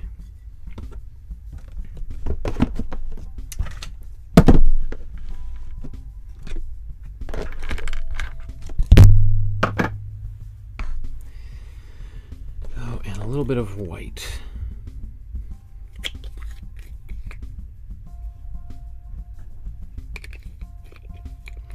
And I don't foresee using any black in this painting whatsoever either, so.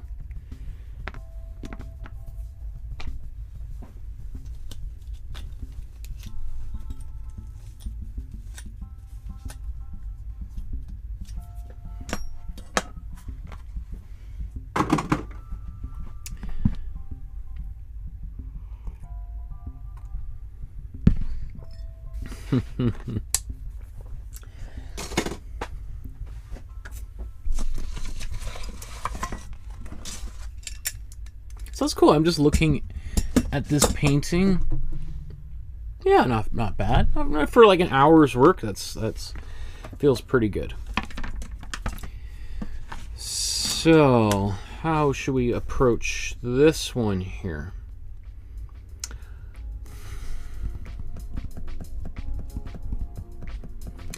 I suppose I'm going to make a bit of my darkest color. I'm going to make a black, and I'll do a little bit of my, I said I wasn't going to do earlier, but I'm going to do it. So I'm going to take some of my warm red and my warm blue. We'll mix that together. You get a really dark purple. Let's take some of this cool yellow.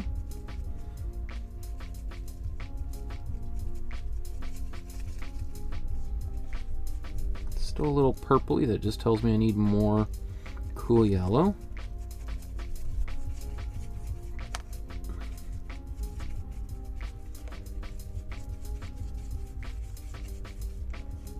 It's a little bit, that's actually pretty good, but it's a little bit brown.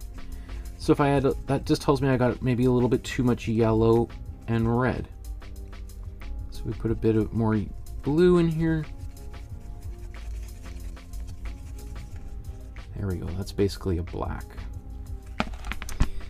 Okay.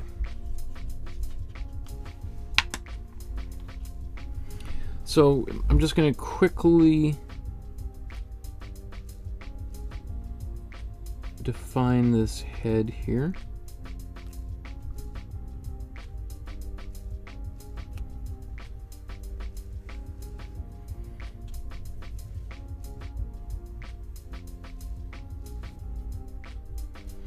Because I'm probably going to paint the sky and almost go right through and over top of the Loch Ness monster here. So having this stay somewhat visible is going to be very helpful.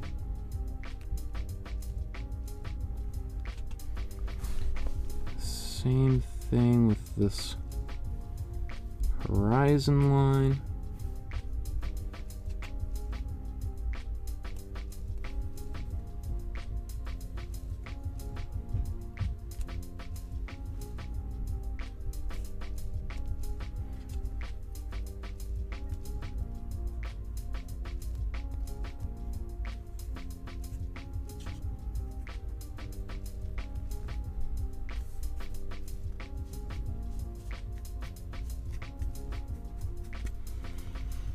Okay, I think that's good enough. Oop, almost cleaned my brush in my tea. That could have made for an interesting afternoon of painting. Woo!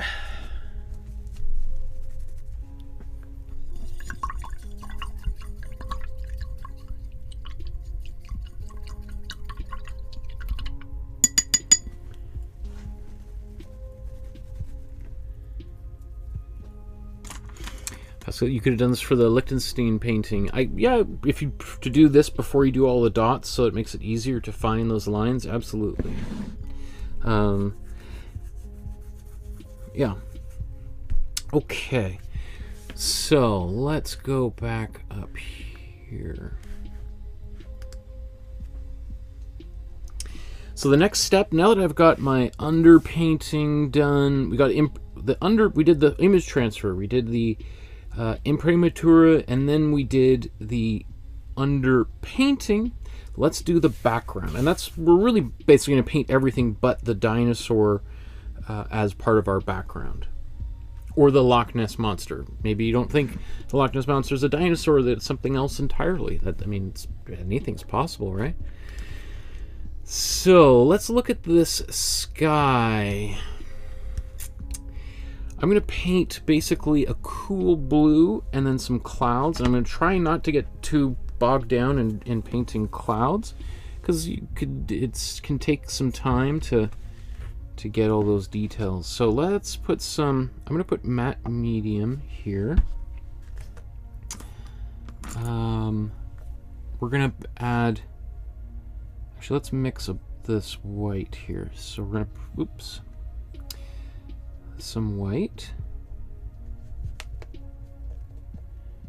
with our cool blue. Make it just a little bit more blue.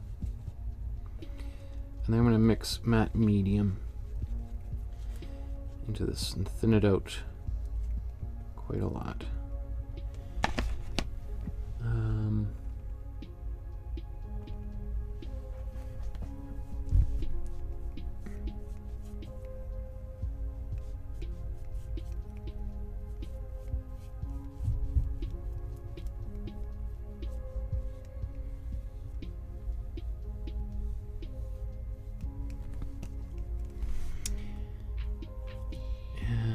Again, like I might kind kind of deviate from the photograph, I will, just like I did with the previous photo. I should have blow dried that, my black here.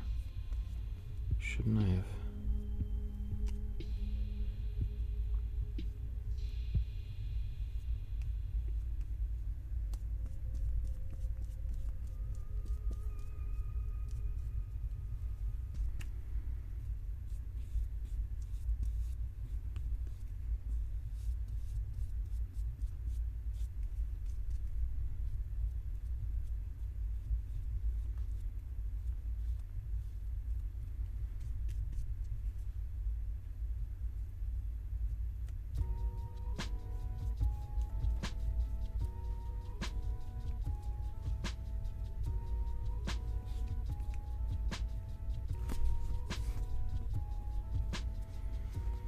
Okay, it's kind of patchy, but that's okay.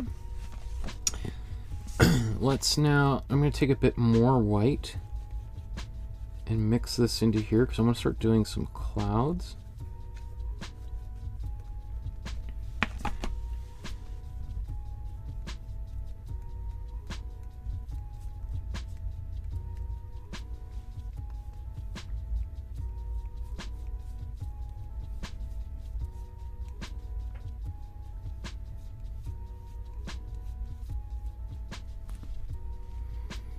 It's very subtle on the camera, I think.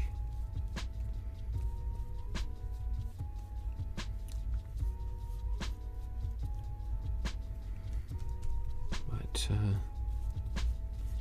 in person I can see more of a difference.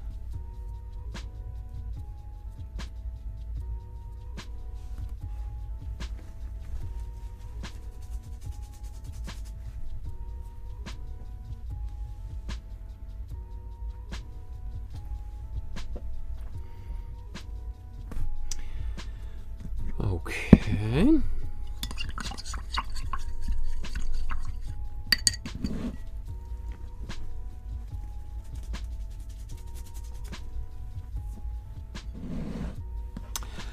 While I'm here, I'm going to do the same sort of thing for the water. So let's take some of the white and blue, mix this together. Remember, our cool colors go in the background, warm colors in the foreground. So we had cool blue for the sky, warm blue for our water. So let's take some of this matte medium here.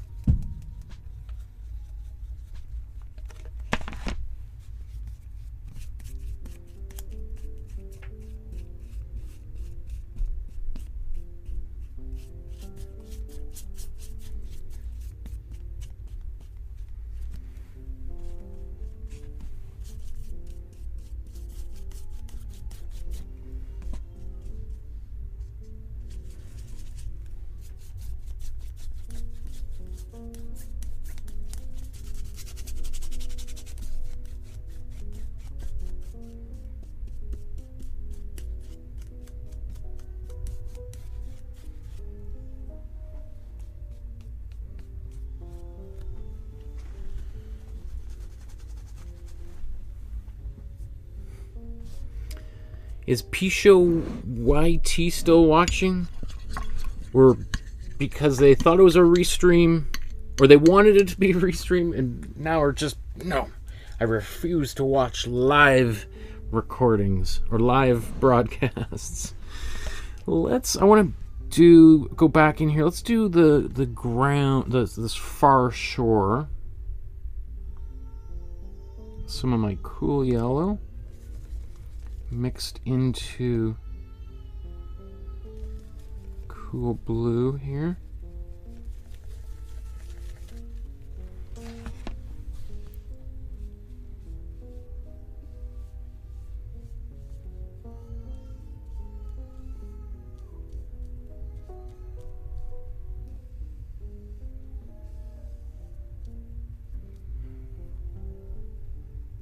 You know what? I'm just going to paint this. Just get all of this started.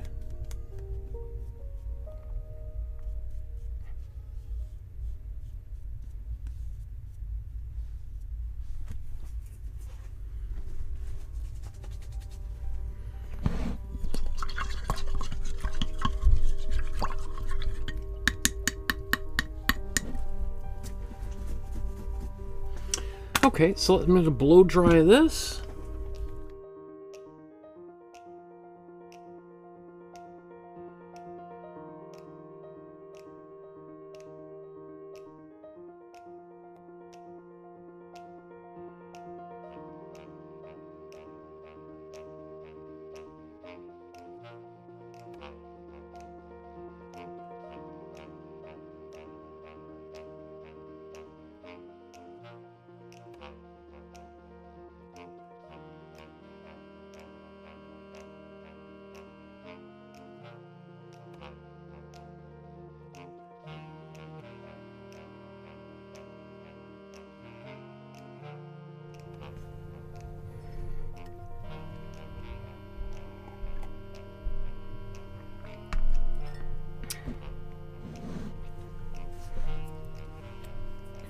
Okay. Pascal says, does water count as background? So I mentioned that just for our purpose, I'm doing all the water as well. But, you know, in this image, yeah, the water in the front would be our foreground. It's the closest thing to us. But I've just, while I was painting this, and this is going to blow dry, let's just do it all at once. Want to move as quickly as possible through these paintings, is my recommendation anyway. So let's go back into the sky, and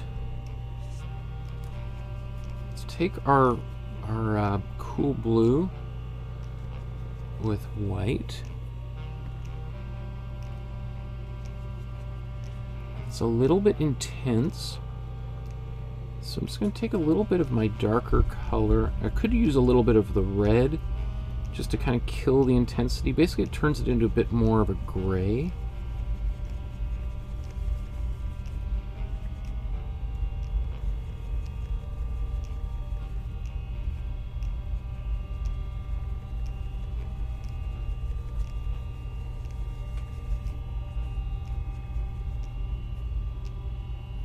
So very subtle difference, but it's now not just quite as bright and luminous, which is fine. I mean, if I want it to be bright and luminous, I would do that again in another layer.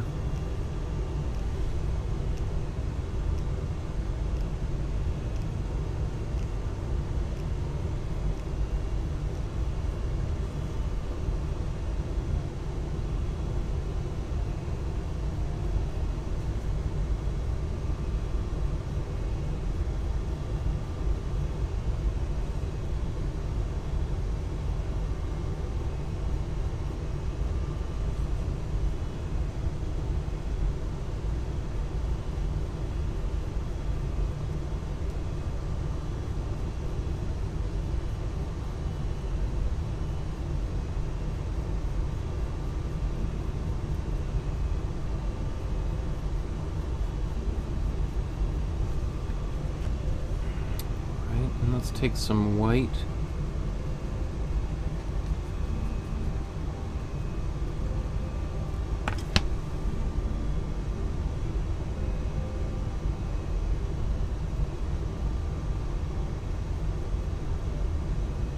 Just start with these clouds.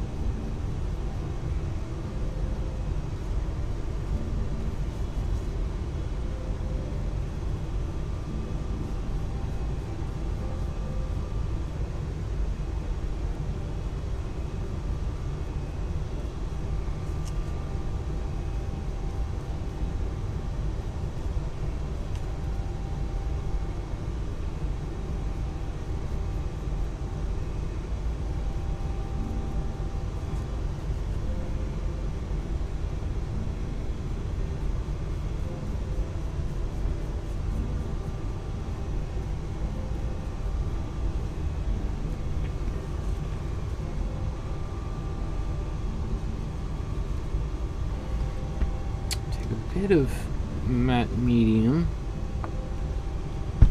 just dump that in there.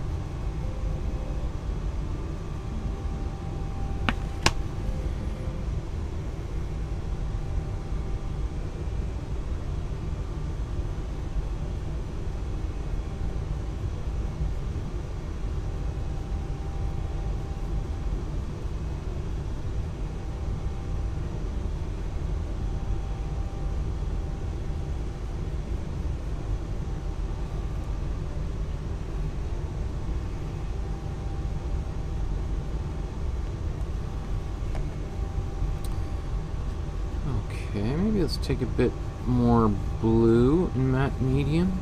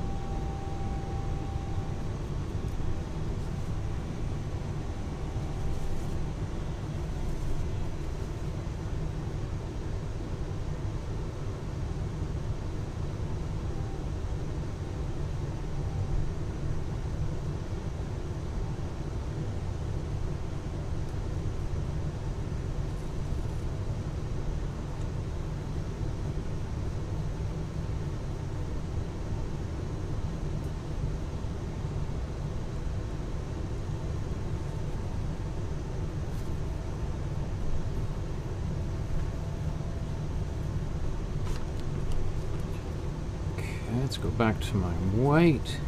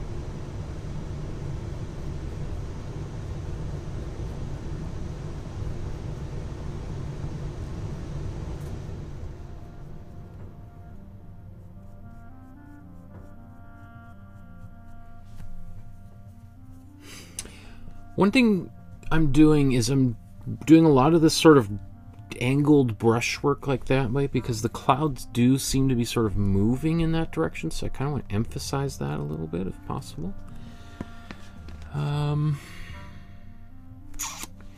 There's a tiny bit of purpley quality in that sky, so I'm going to take a bit of my magenta, my cool blue, and my warm, sorry, my cool red and my warm blue. Blend those together, get a bit of a purpley quality. Let's get some white in here.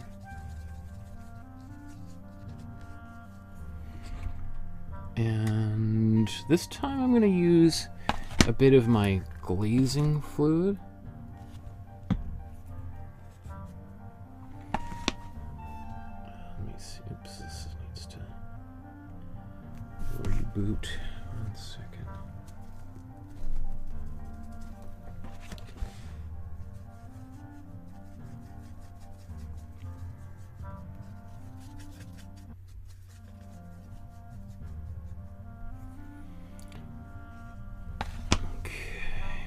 Now, let's just sort of look at where this kind of purple is. Now, it's in the sky, kind of, it's almost like a darker cloud-like shape. So it's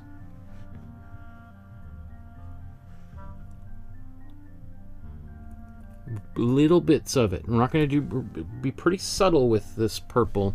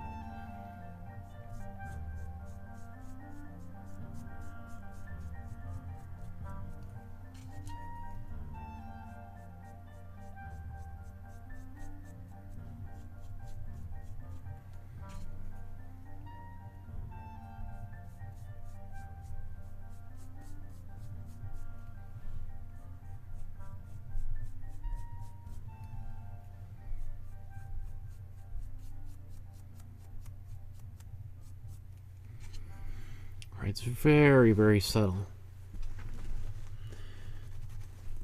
I think I'm almost totally happy with this. I think there's a few little areas.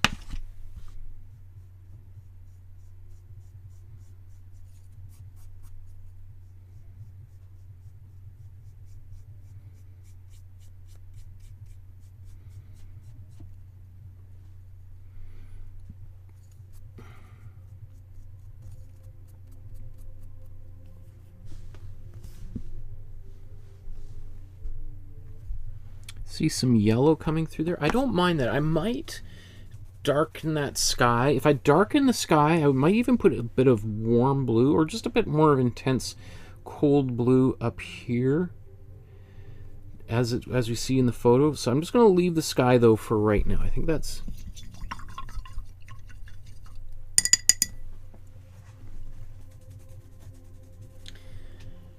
that's good. Let's now go to the water down, or actually let's do this hillside back here.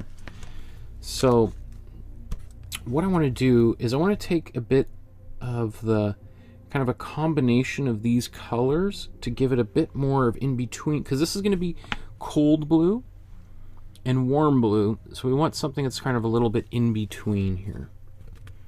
So maybe to start, I'm going to use a bit more of this green, which is my cool blue and cool yellow. Let's take a bit more cool yellow.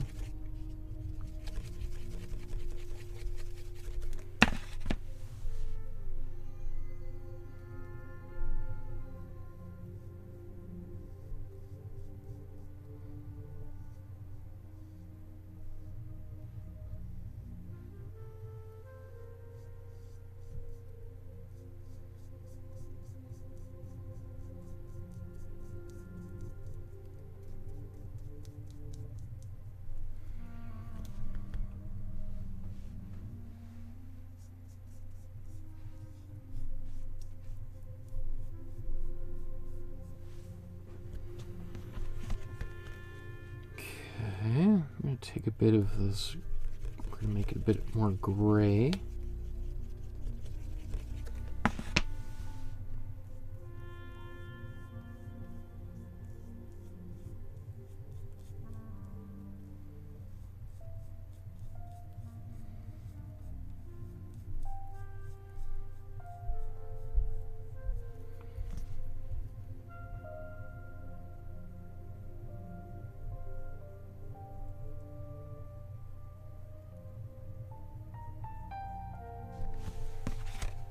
A tiny bit of white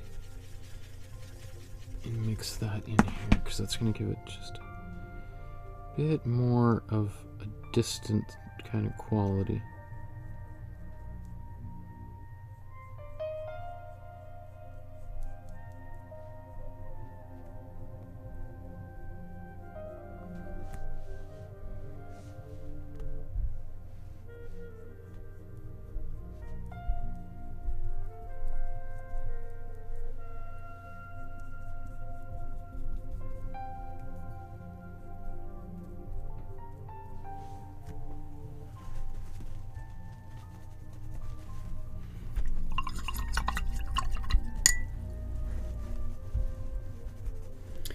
Okay, and then let's tackle these trees up here. So these are going to be much, much brighter.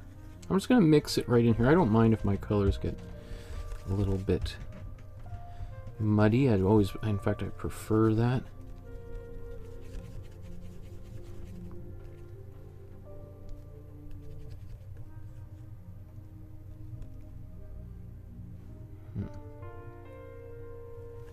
So what's going on with that color? I'm just going to paint this real bright green.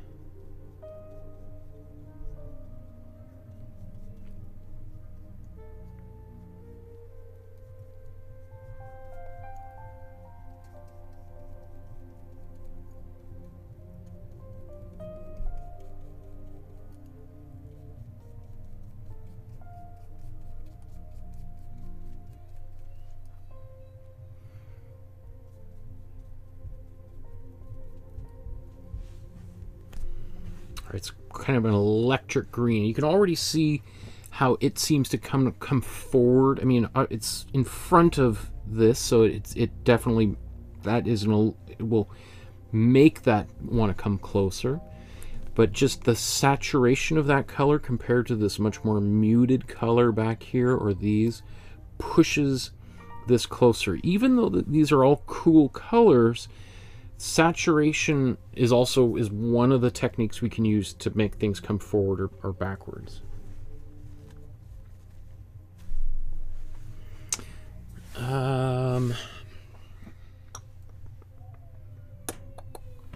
Let's just before I move on from this here, I'm going to take some of this darker color and just mix it into here.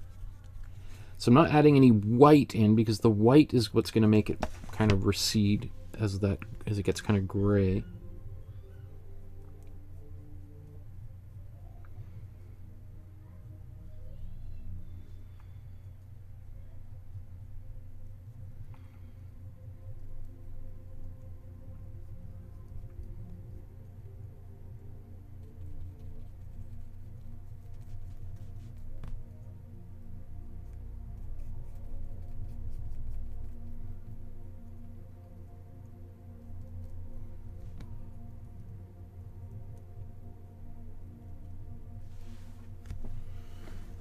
Okay.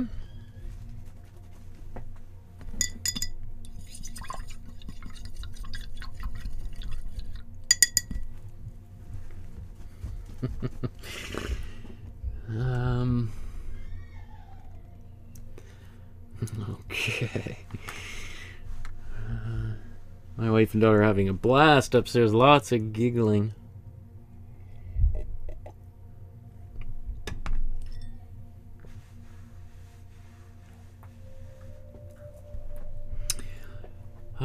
Okay, so we're going to do basically the same sort of principles that we were just doing back in the background for the foreground where the water is here. So let's start with our warm blue. Give it some white.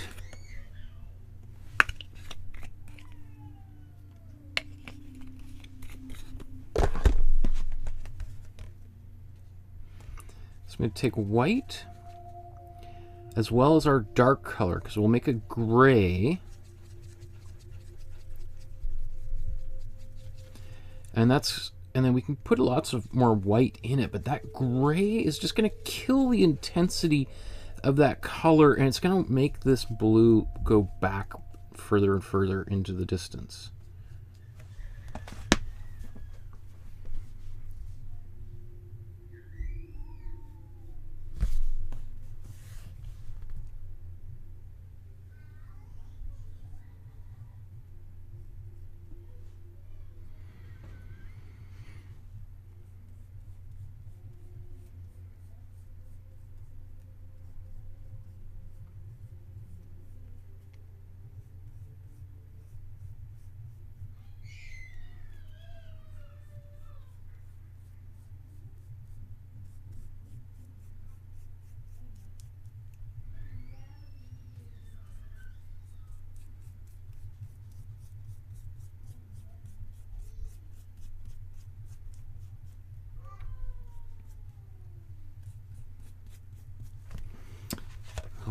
Okay, and I'm just going to take more blue and a little bit of white.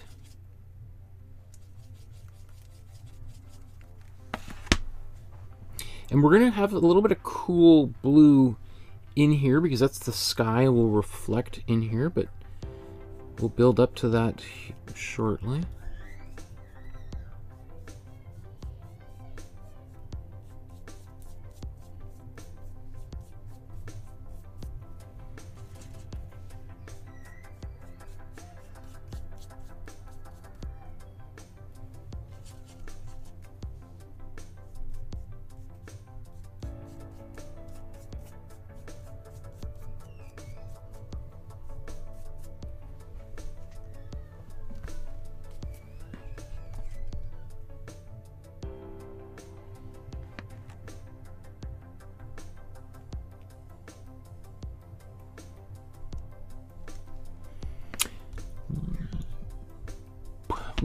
One conceivable problem is right now we've got this, the wind is pushing the sky this way, and right now my waves are pushing this way, so they're almost converging.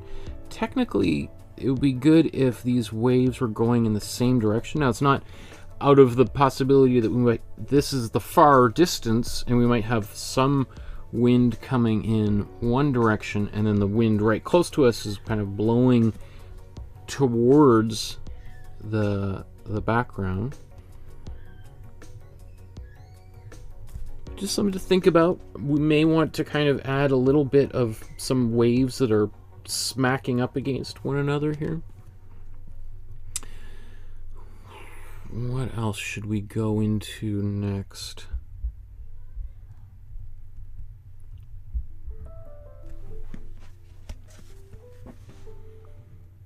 I'm just going to take more of, I'm going to actually lighten my waves up quite a lot. Let's take some of our,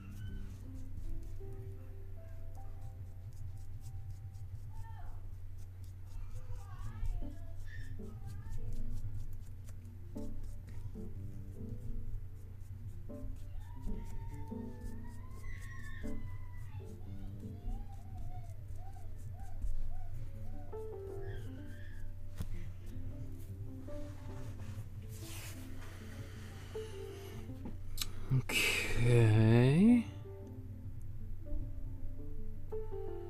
Let's see. I'm gonna leave the water like that for right now. I want to get that building in next.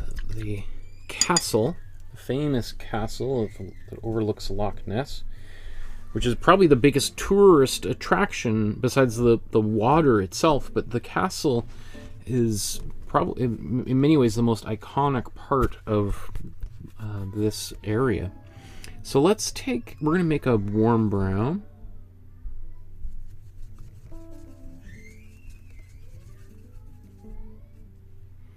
So I took my warm yellow, warm red, and now take some warm blue and mix this into here.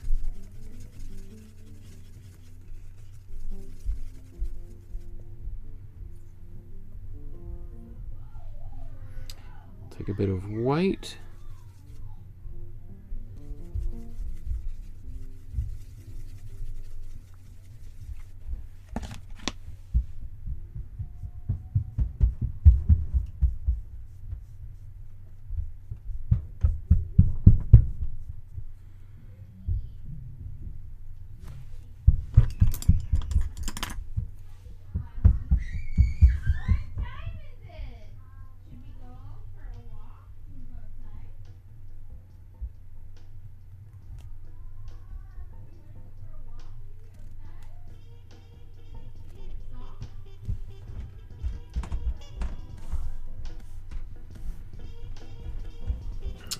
Okay.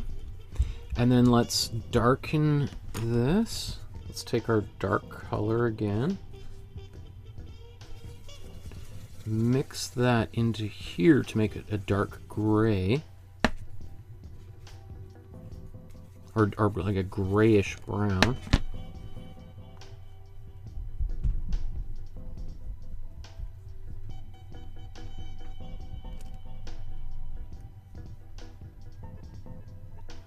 Now it's not as dark as we ultimately want to get to, but that's to be expected.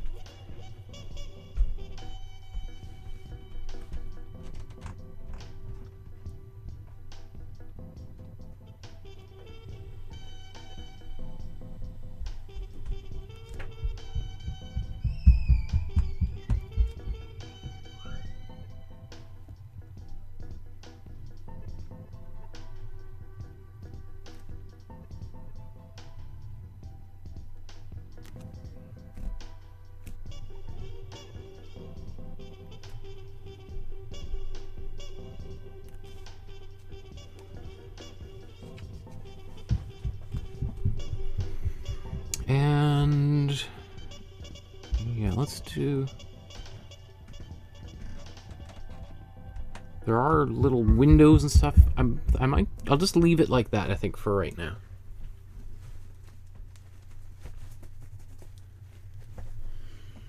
Okay.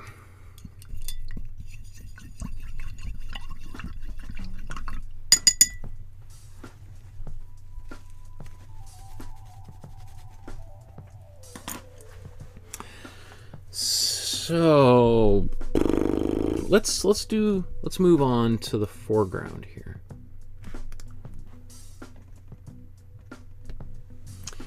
So now that we've got our background well established, and as I said, I did a little bit more than just the sky and the far shore. We also did the water in the foreground.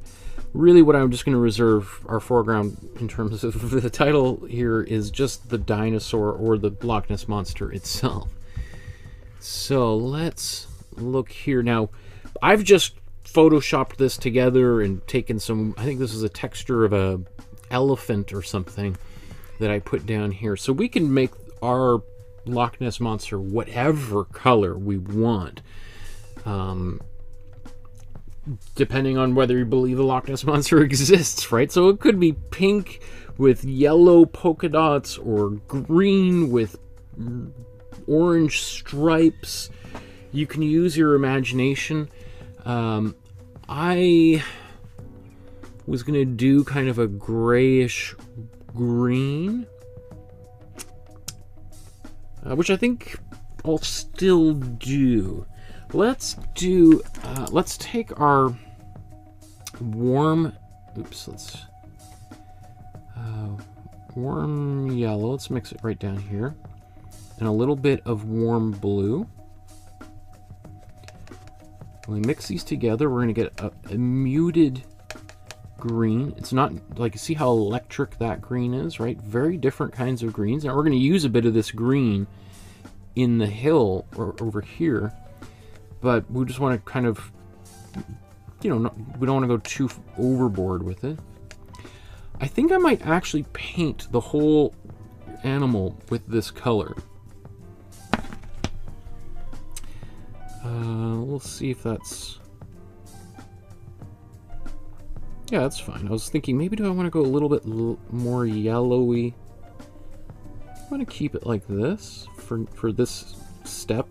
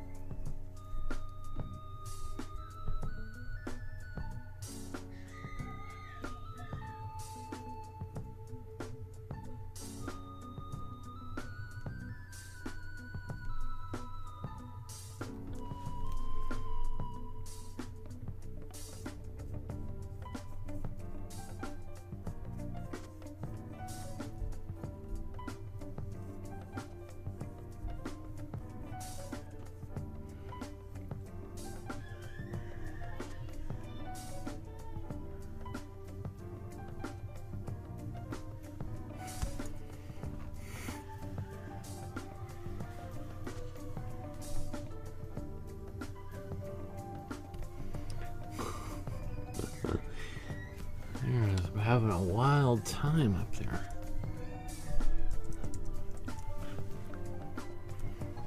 So, you know what? I'm going to go to my drawing and use this as reference of how I want to portray this creature.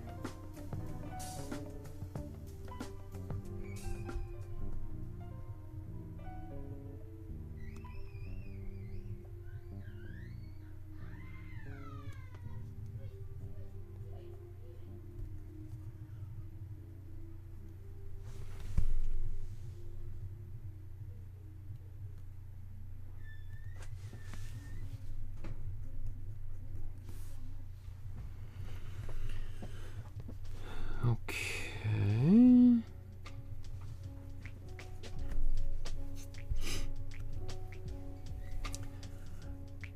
So, at this stage, do I want to do more on that? Let's see, actually, just with the original, where the light is coming from in the rest of the image. So if we look at the rest of the image, the light is likely coming from maybe, obviously this is, it's not coming from the front, it's coming from either the, it's not even really in behind, it looks like it's almost coming straight across. Maybe a little bit in front. So that's going to mean that our shadow for our Loch Ness monster is probably going to be coming kind of out this way and a reflection over here. So we'll also put a little bit of this, whatever green this ultimately becomes, we'll put a little bit of it into the waves to give it a, because there's going to be some of it reflecting onto the waves as well. Just trying to decide, do I want to start darkening? Let's do a little bit of darkening. So let's take our dark color again. Looks like I'm almost out of it. So let's mix that again. Let's just take our cold blue, warm red, and it doesn't matter if I've got a bunch of other colors in this little mix. The only thing I don't want is white in here, because that's just gonna lighten that color up when I'm trying to make a dark color, right?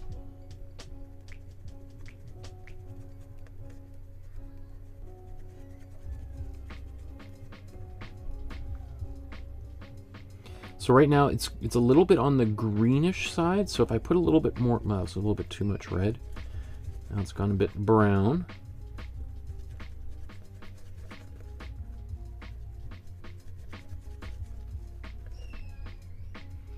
So that just means we'll put a bit more cool blue, and that'll help bring us back to black.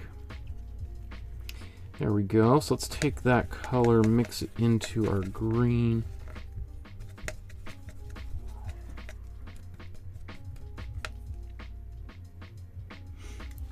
Use a bit of glazing fluid here.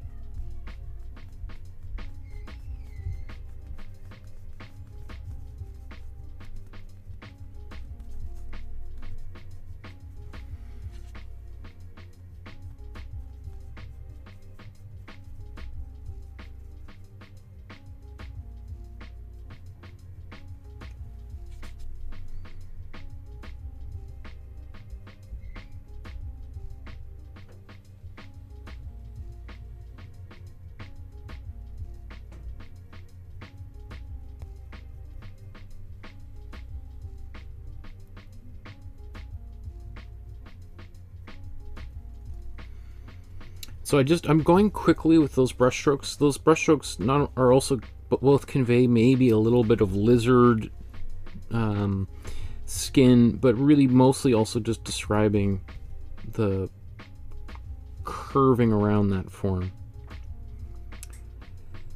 Okay, I feel pretty good where we are right now, considering, I don't know how long we've been painting, maybe an hour on this. I would definitely say we're about halfway done.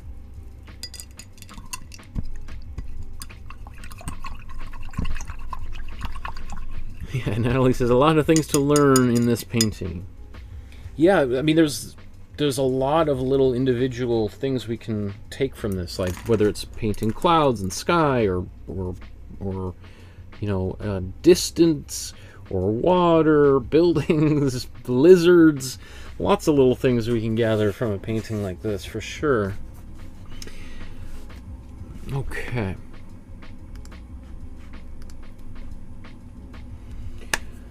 So let's now go back to the background, and by background again, for our purposes, is the sky, far shore, building, and water. And then we'll finish all that, and then that'll just leave us with the Loch Ness Monster in the foreground to do. There might be a little bit of water and dinosaur that we might do together, but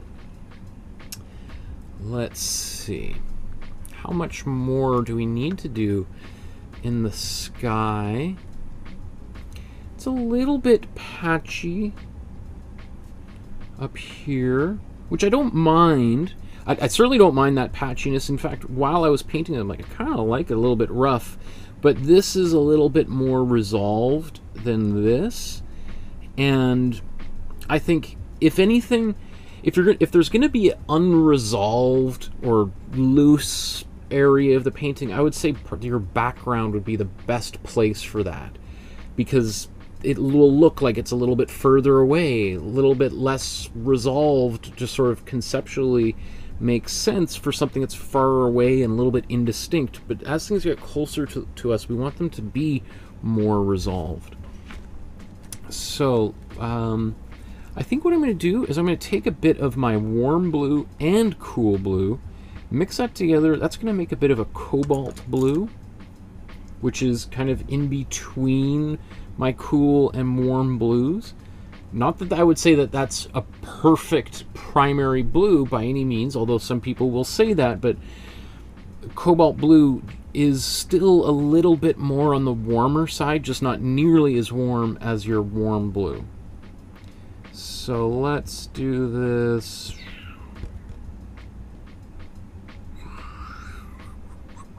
Let's do this right here. Let's take our cool blue, maybe even we want it to be really predominantly cool blue. That's such a gorgeous color.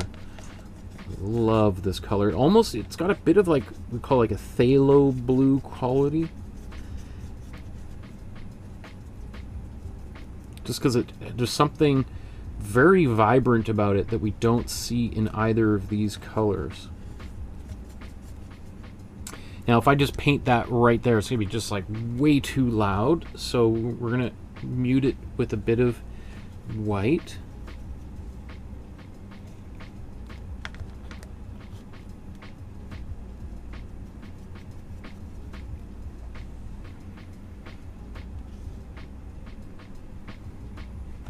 And that's going to be pretty loud, so let's maybe just push it back just a little bit.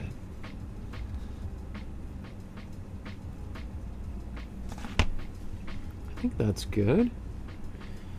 So let's see side by side.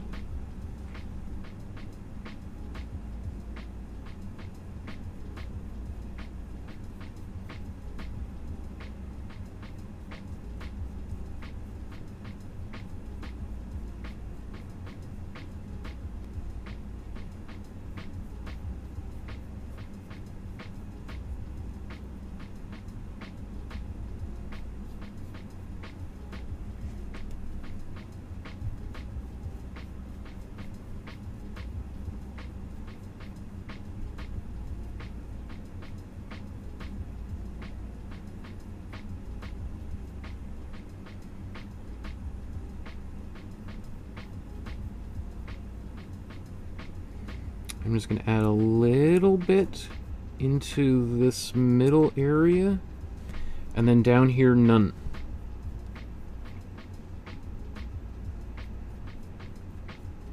Okay.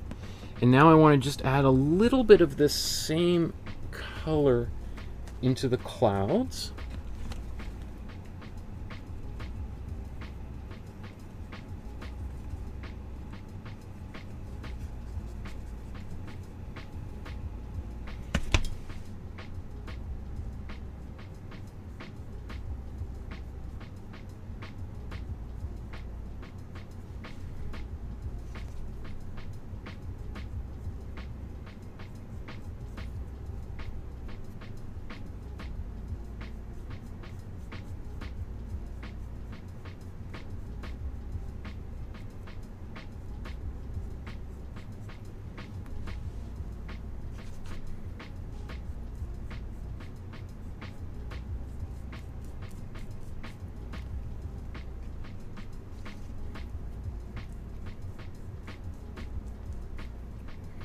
So I've got white that I'm mixing into this color. And so also, if there's going to be white, I want that white to be mostly kind of up top.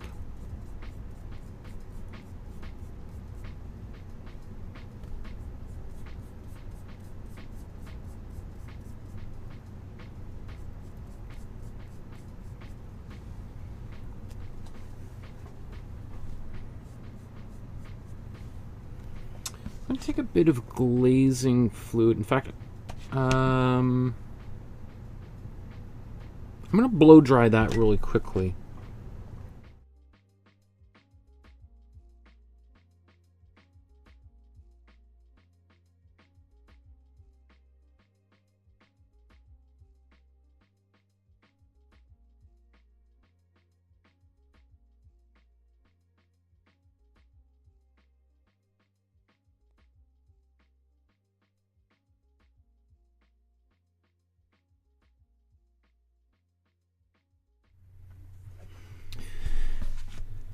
Maybe just before I do this, there's just a bit.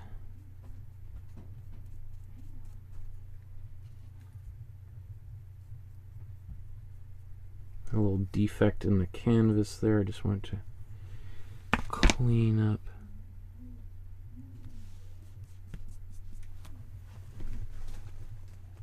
Just going to quickly blow dry.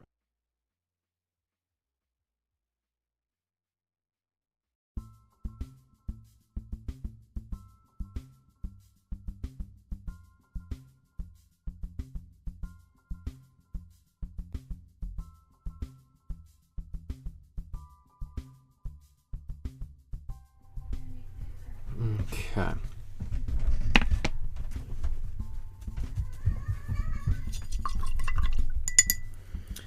Just going to clean that brush off.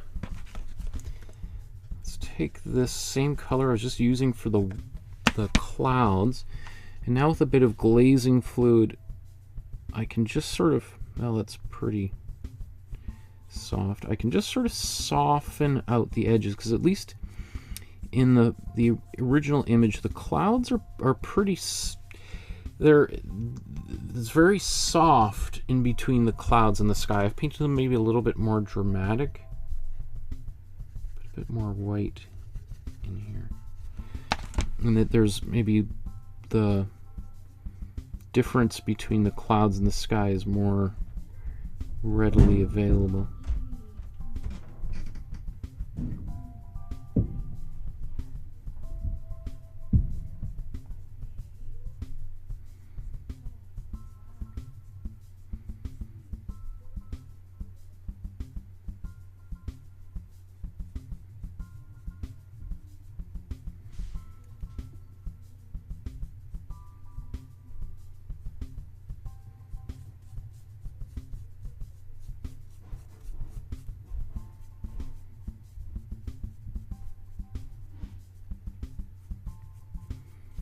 This allows me just to kind of give a little bit of a blur to these clouds a bit more.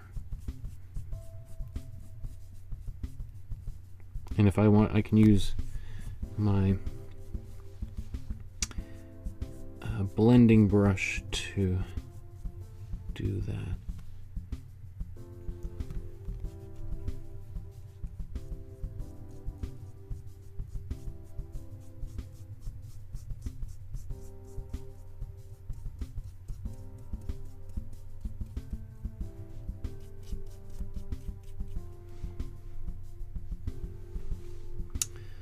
How do I feel about that? Obviously, it looks very different. I'm really just looking at the photograph for the, I haven't done that very often.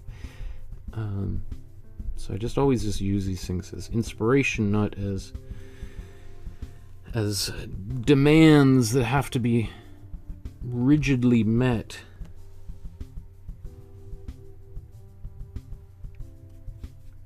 I'm going to go over the blue in this area. That'll kind of help push that a little bit further back, in fact.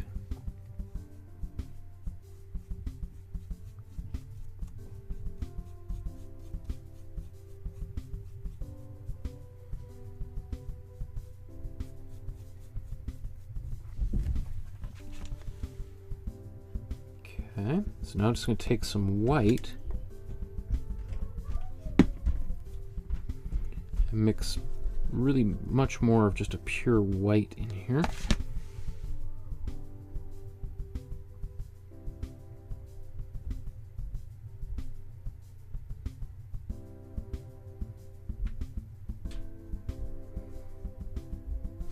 And the more white there is, the more solid these clouds are going to appear. Right? Because if the sky is blue and then you've got a white thing in front of it, it's obscuring the blue. Whereas if we have a little bit of the blue kind of coming through, those are parts of the clouds that are just a bit more transparent.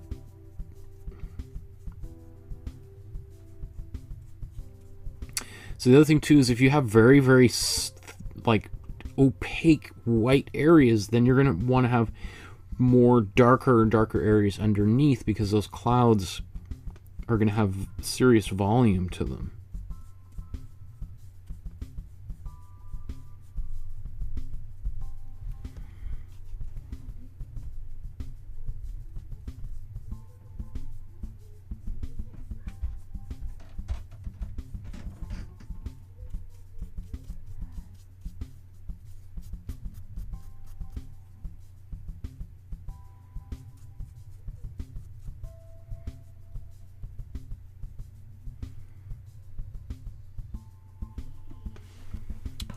Okay, so then, speaking of which, let's take a bit of our dark color, mix this into here, take a bit of a gray,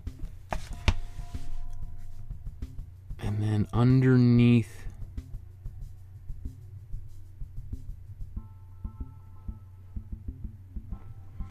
some of these clouds,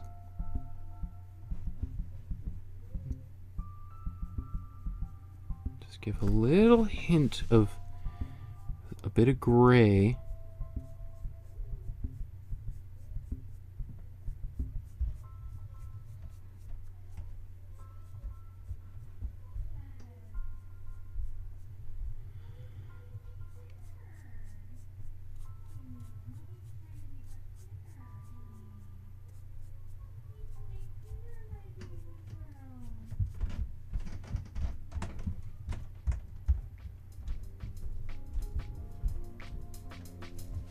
Oh, okay. Gotta move on so I don't spend too long on those clouds. But I like how the clouds turned out. Let's. Do I want to do any more in this far hills?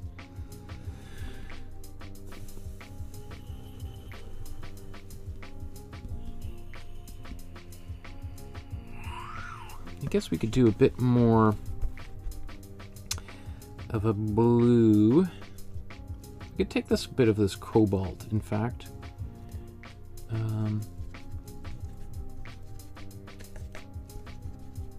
We'll go a little bit, not quite as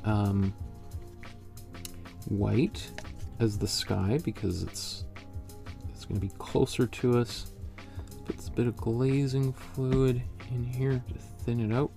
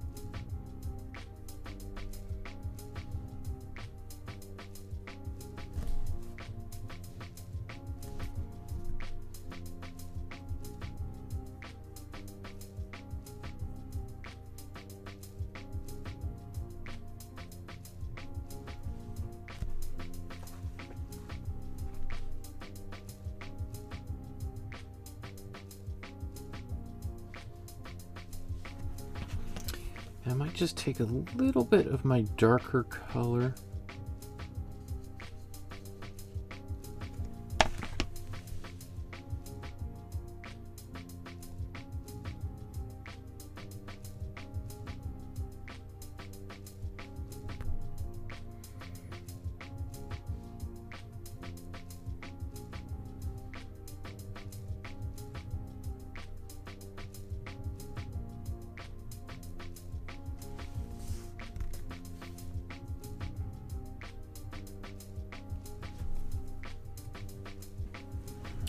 To give those little, there's going to be variations, sorry, oops, in those hills where it's a little bit darker and lighter as the light kind of comes over the hill.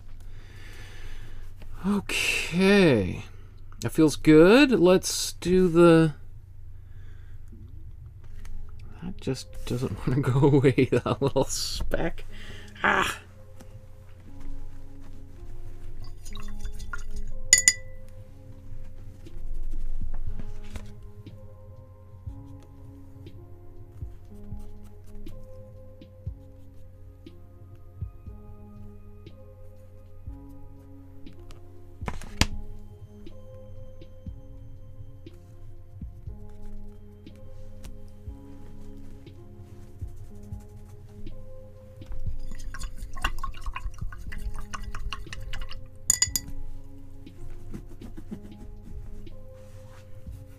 Okay, so for the castle, I think we're pretty close to the value, like to the colors that we have here, at least the underlying local colors. So now we're going to use a little bit of warmer green, because this is all cool green. We'll use a bit of warmer green. I'm pretty happy with that castle. Like I could almost, I don't know how much, I mean, I want to darken a bit more, but I don't know how much more detailing I want to do on there. So, well, maybe let's do the castle first. I'm going to glaze with a little bit of my dark color. Oops, let's do the glazing over here. So I'll take my black, just mix this into my dark green. Because it's, I think it's gonna, we want a kind of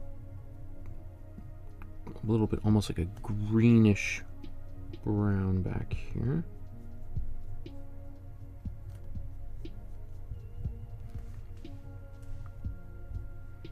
Guess that could go even darker still.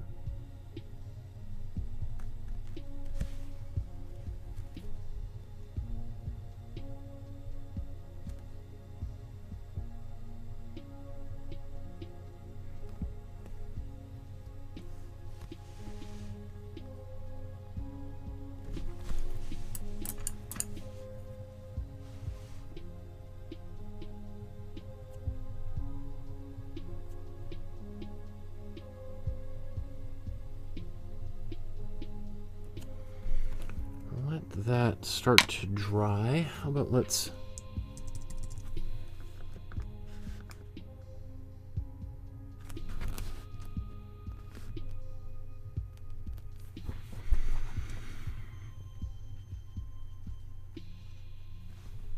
do just a bit of some of these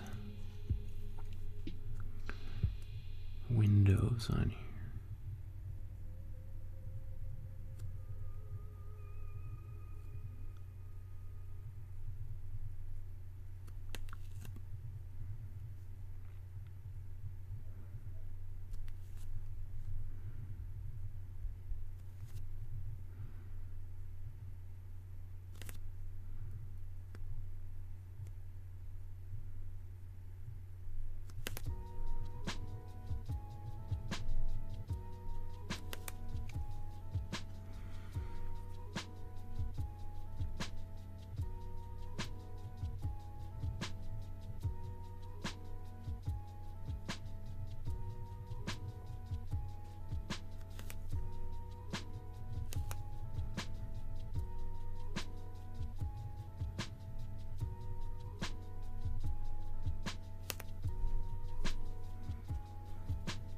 So I should have blow dried this.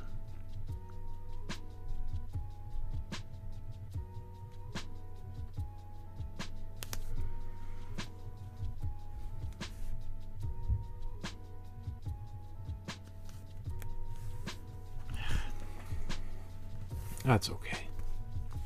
Oh, I just see here's this other part of the building back here.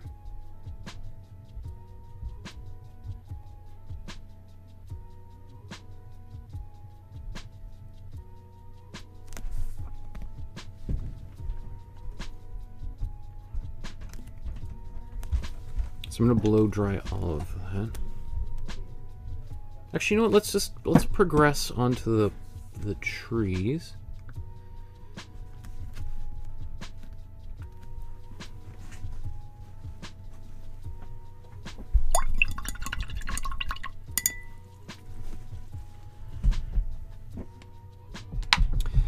So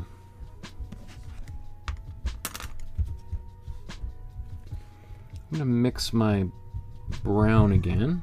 Warm yellow, oops, warm red with warm blue. And I didn't even clean my brush off from the previous color that I was doing down here, because it's going to be kind of a dark brown anyway, so I don't mind if it gets a little bit muddy.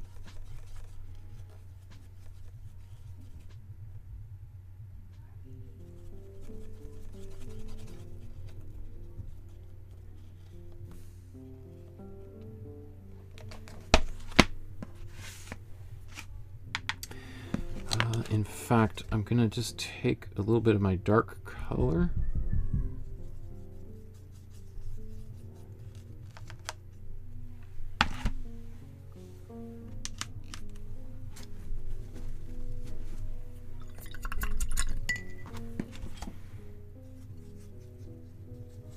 So this really dark brown. I'm gonna use just to do some little branches and things.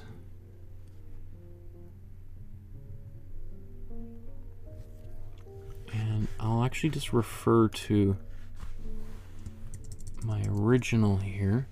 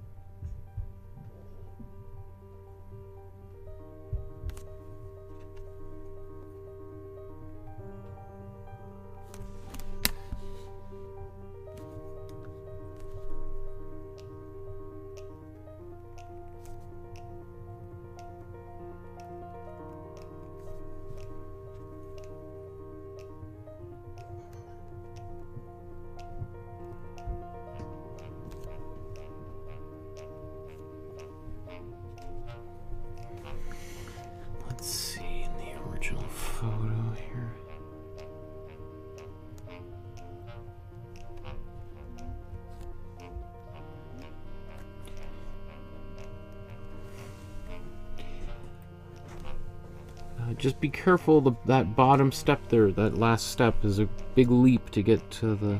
There's water all over the floor there.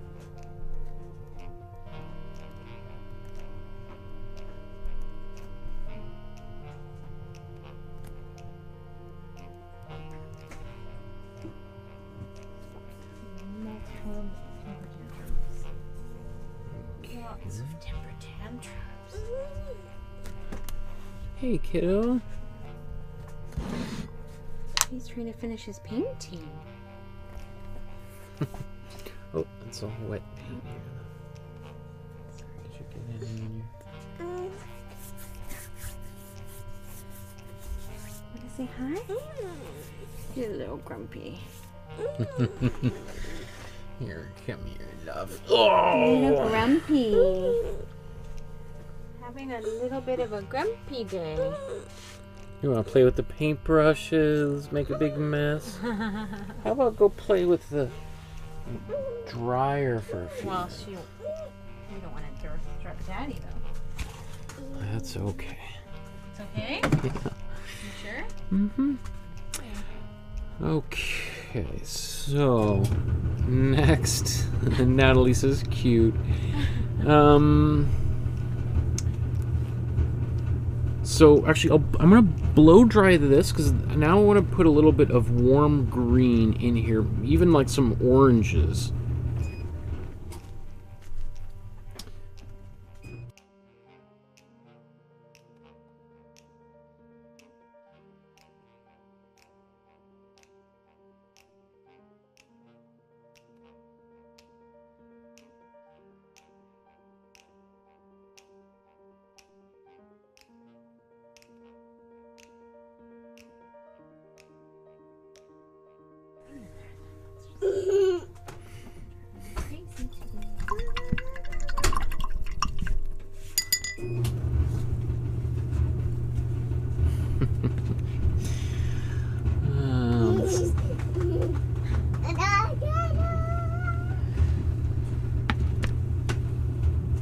Let's see. Let's take, actually, just start out with a little bit of just pure warm yellow, which has got an orangey quality, right?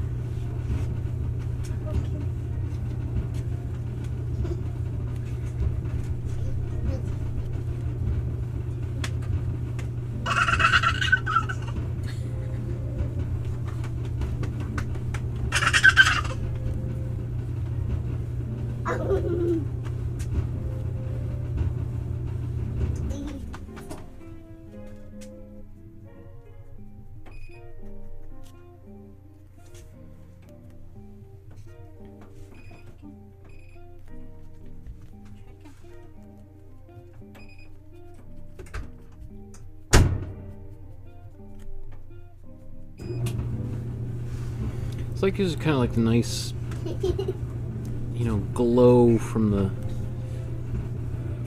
sun there on there. In fact, let's just take a bit of warm red.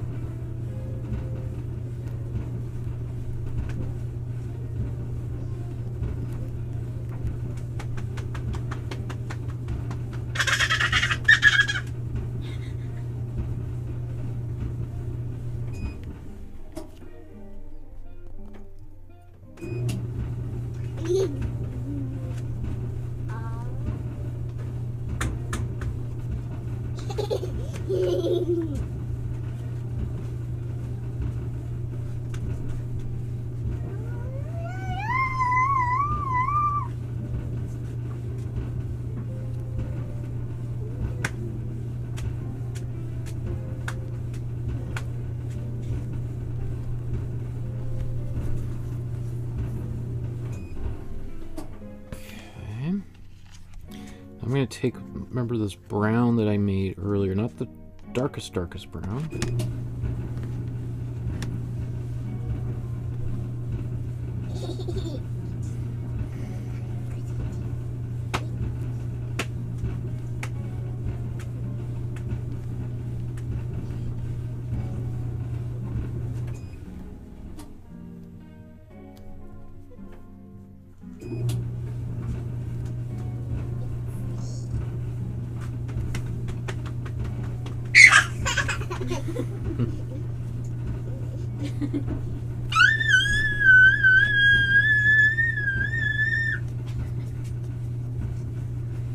And now just taking some black, mixing it into my brown.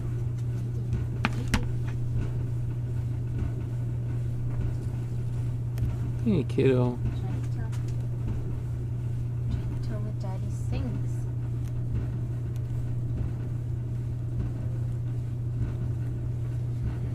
And I'm going to also just glaze a little bit with that too.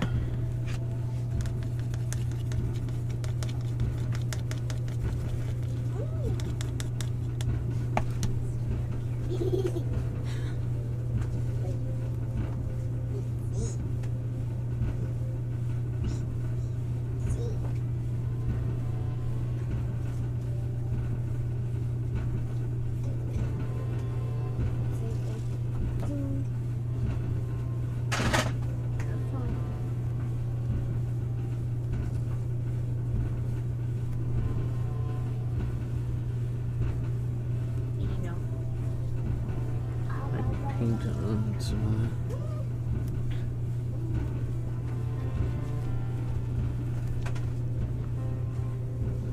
You're not on camera if you want to.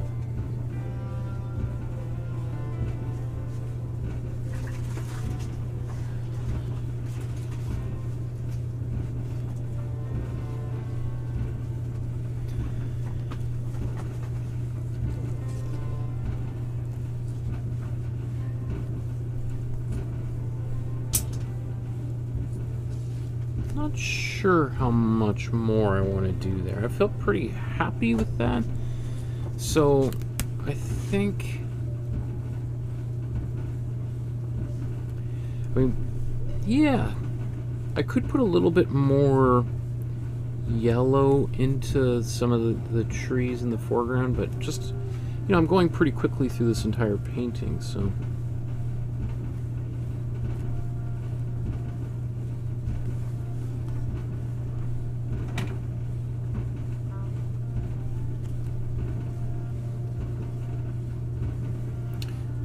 Yeah, let's I'm just gonna move beyond there and do the ground here as quickly as possible.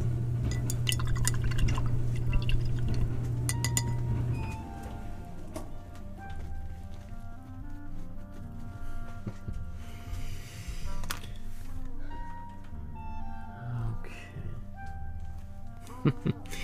So let's zoom out. And let's do the water down here. And I'm really happy with this maybe top half of the painting. So now it's just the bottom here. And I think we're gonna need to push some of the darker blues down here. And we're gonna use a bit of that cobalt blue intermediate color. Remember, between the warm blue and the cool blue. We're going to put a bit of that in here as well as just pure warm blue. But you can see most of it is reflections. So we don't want to just make this a big dark blue. We want just like almost little brush strokes going across. So let's start by mixing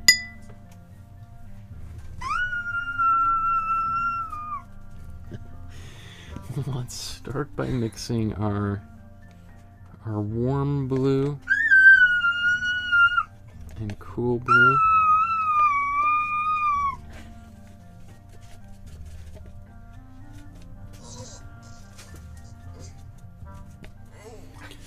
We'll put a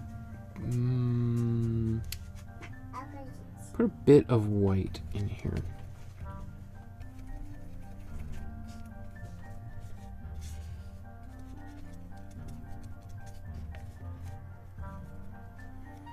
because we'll reserve pure saturated color towards the very end.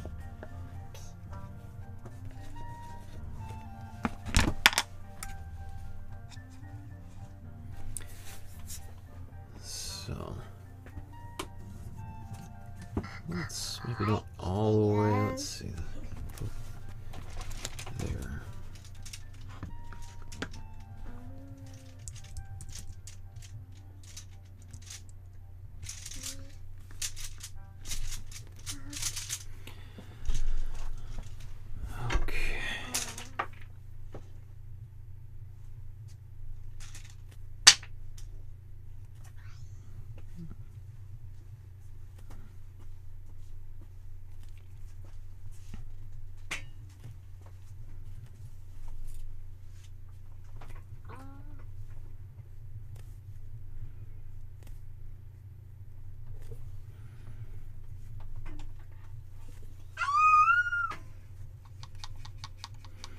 As I go a little bit further back, I'm going to have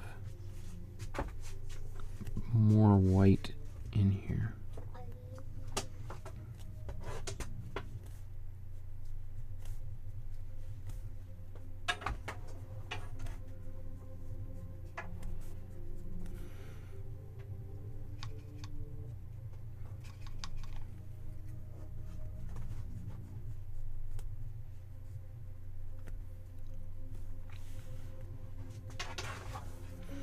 There's that little strip of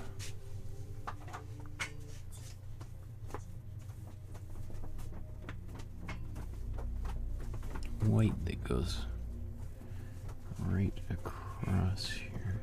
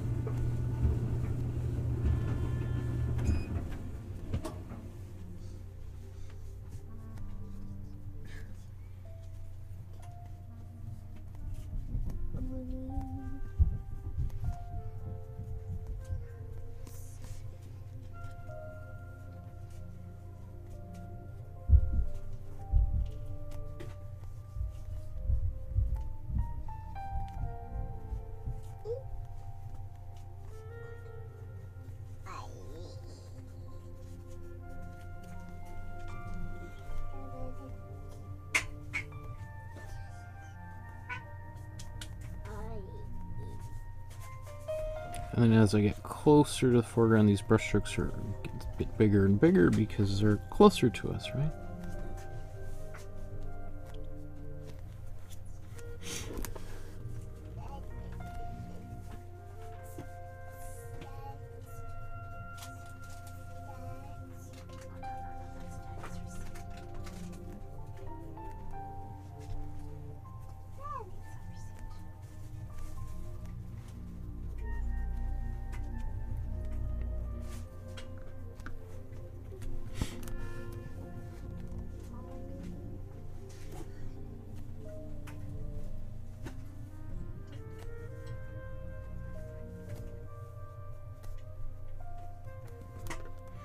So you can see how, like, right now they seem almost a little like it kind of was okay back here, but as I get closer they seem a little bit too cool. Right, they don't have quite, they're not warm enough to be in the foreground, and that's okay, because I'm using a bit of this. You can see it's underneath some of the more warmer parts of the waves.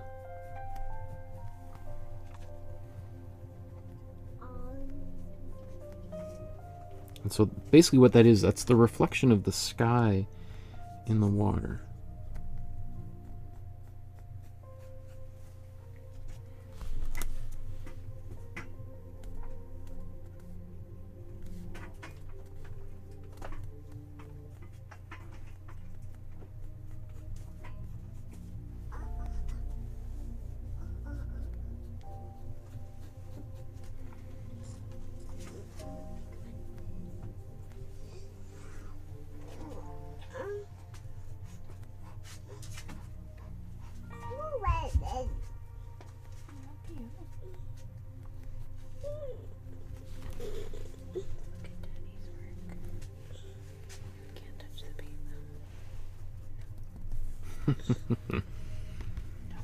Okay. So I'm going to take some of this, mix it into my white, and we'll do a little bit more intermediate brush strokes. Let's put some glazing fluid in there to keep it kind of thin.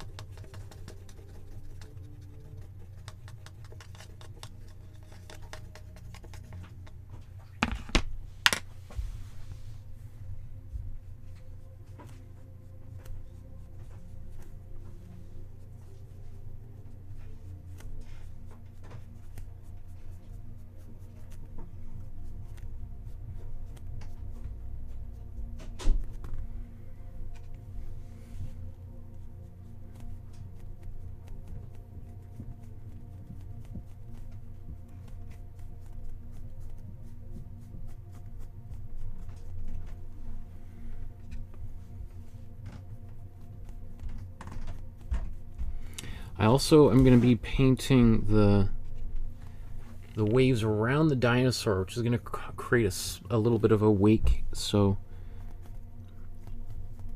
this is just kind of establishing some of this.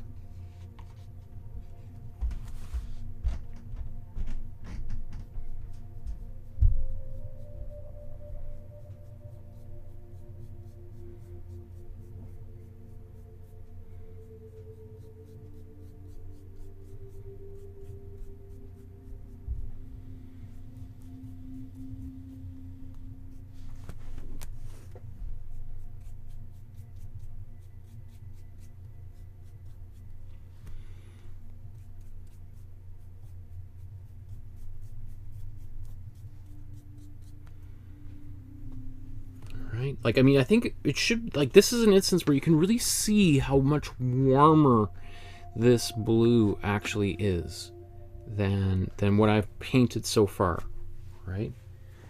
So if you're wondering, what's the difference between warm and cool blue? There you go. You could see this way cooler here, whereas the photo is much warmer.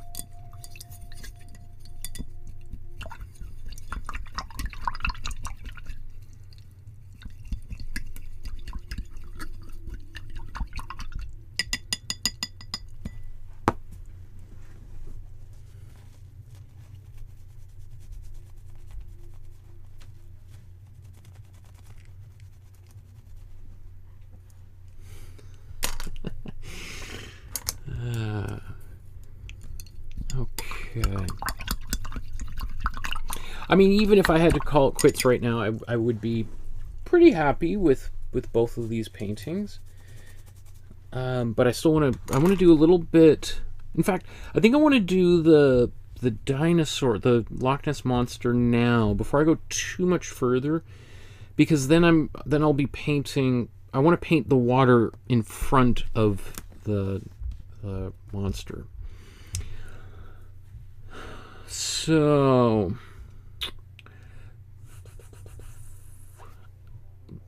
I don't mind this color for the where the main light is hitting it. I think we could go a little bit lighter.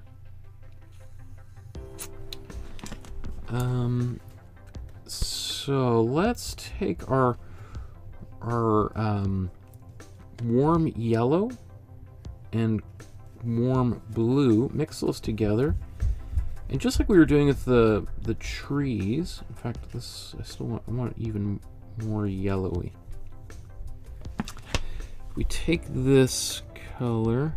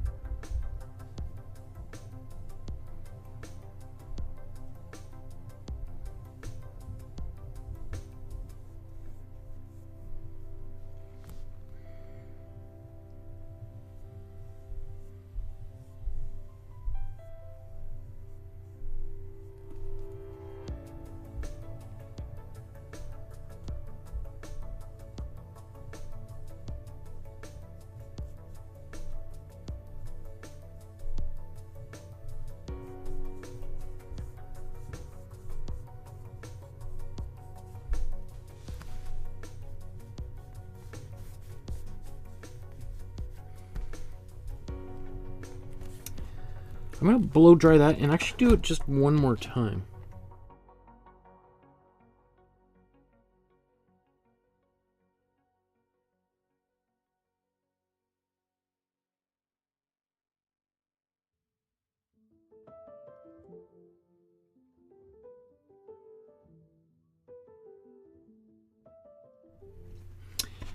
This time I'm going to add just a little bit of white to that same yellow to get a little highlight.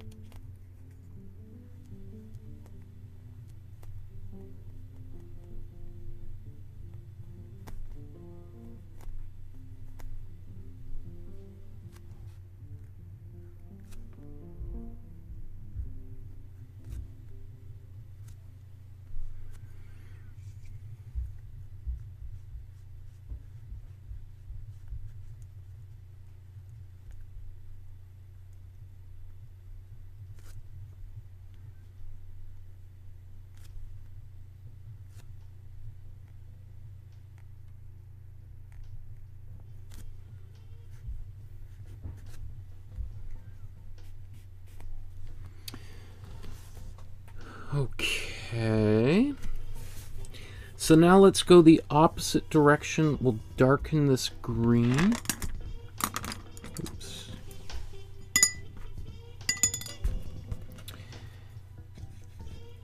Oops, it's got white in it.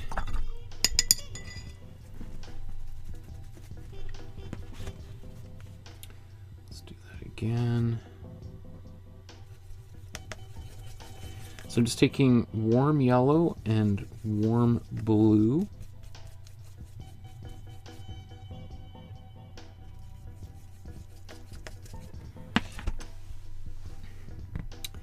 And let's glaze with that as well.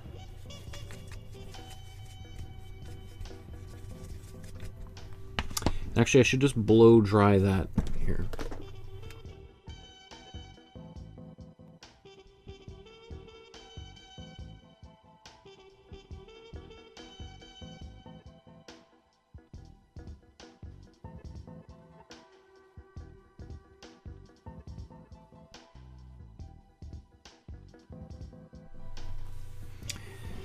So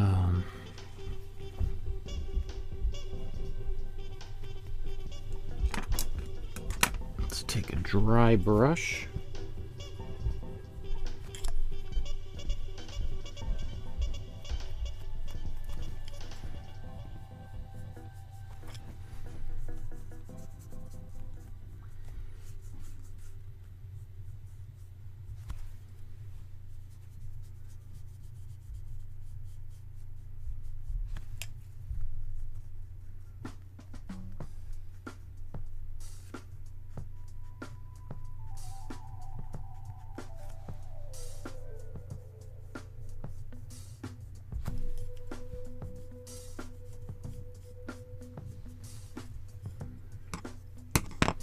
Okay, gonna blow dry that. We're gonna do this a few times just to try to get a little bit of a more even blending. Although with lizard texture, we might want to have a little bit more of a rough texture, but I think we can paint that.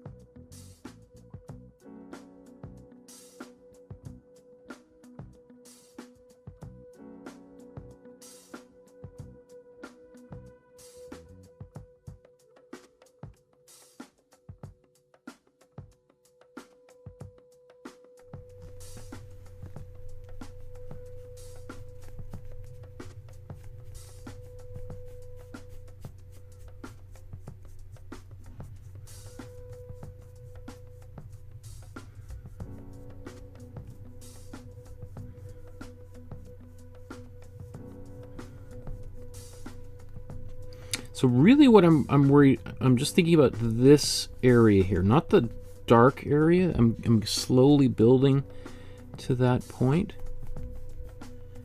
It's just the transitional area that I'm most concerned about.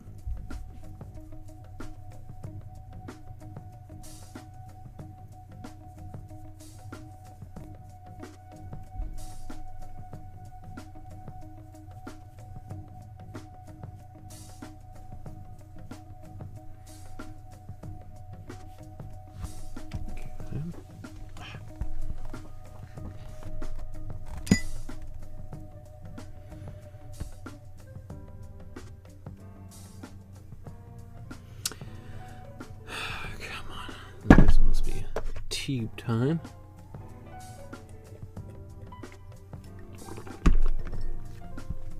There we go.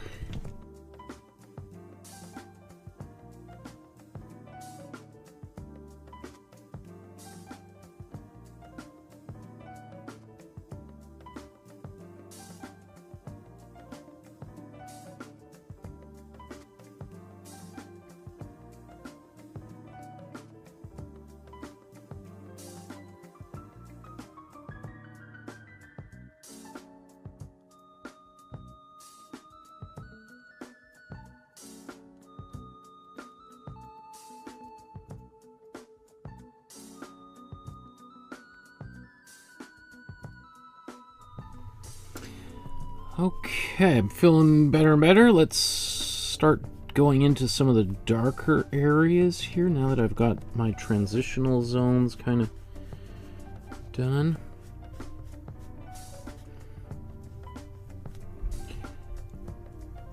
I'm also, just like we did with the previous painting, I'm gonna leave a little bit of area on the, I guess you call it like the darkest side here, just a little halo of that to get a won't get quite so dark, because it'll be a little bit of reflected light in that area.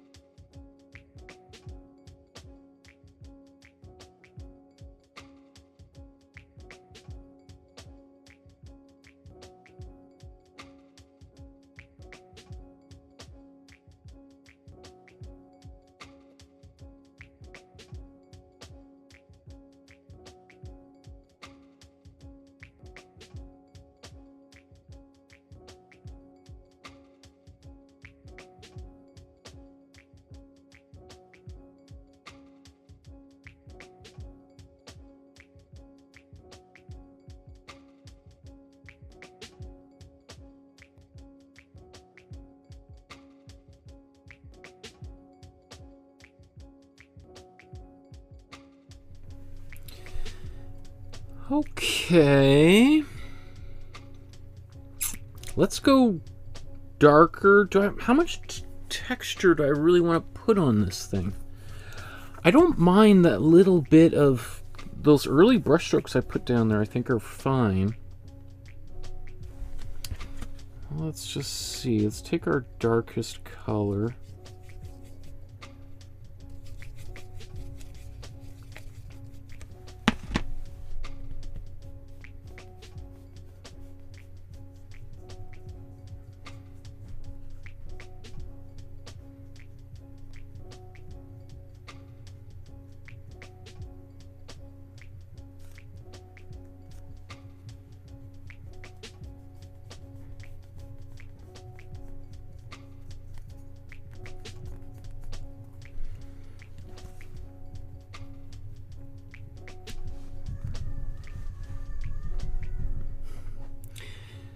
Okay, that's good. I'm happy with that. I think what I want to do is I want to give a little bit of a sense of a something under the water here. So that we're going to want to use our blue mixed in with this. Let's take more warm blue.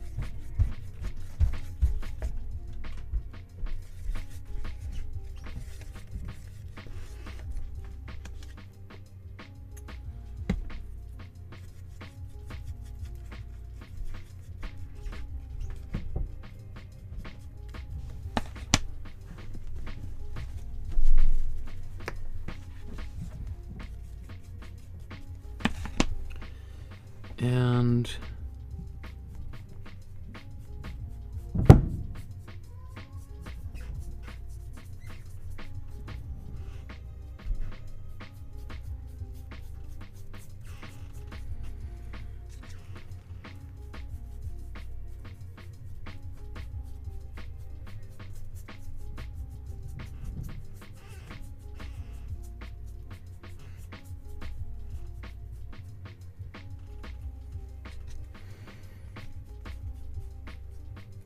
so this is not the shadow, this is the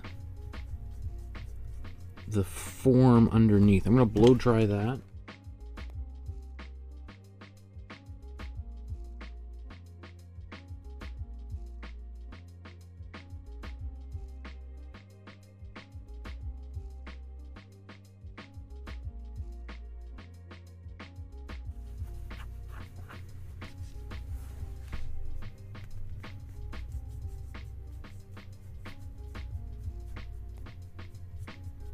This is why I didn't want to spend too long on the waves in foreground here.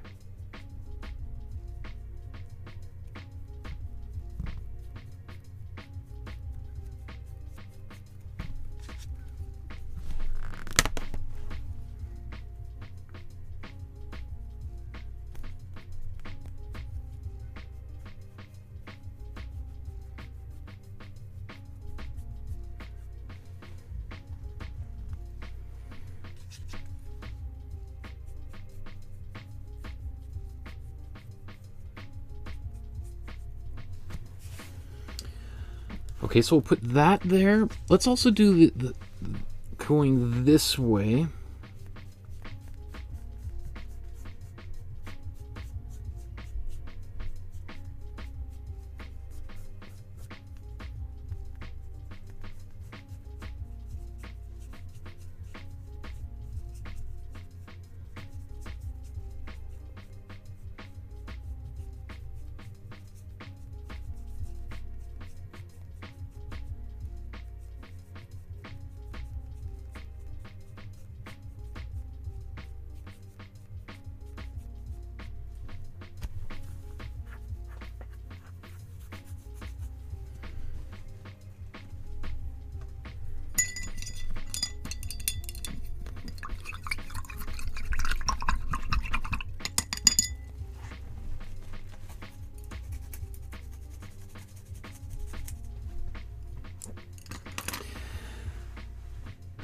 Okay.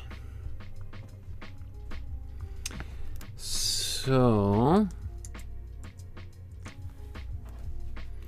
we want to come back in with some warmer blues, and we'll bring that, we'll lighten back up over top because we want this to look like it's under the water.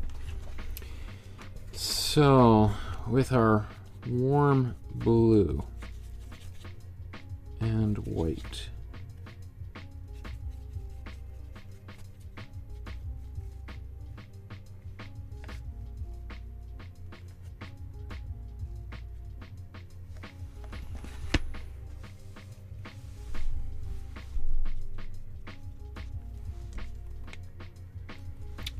Okay, so I just took warm blue and white, and I've got a bit of glazing fluid over here.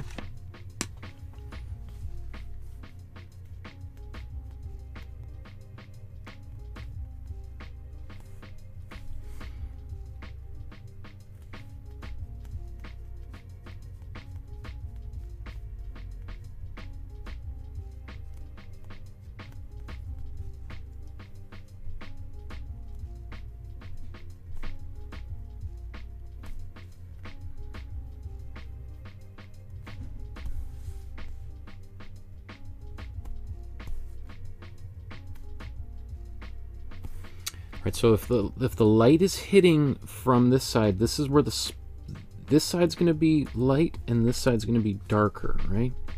So we're going to see these splashes.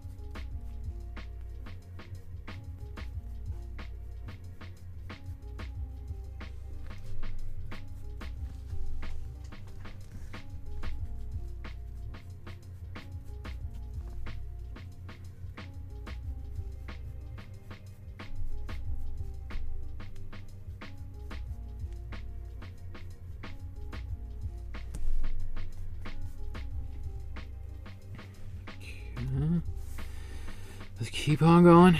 We're getting there.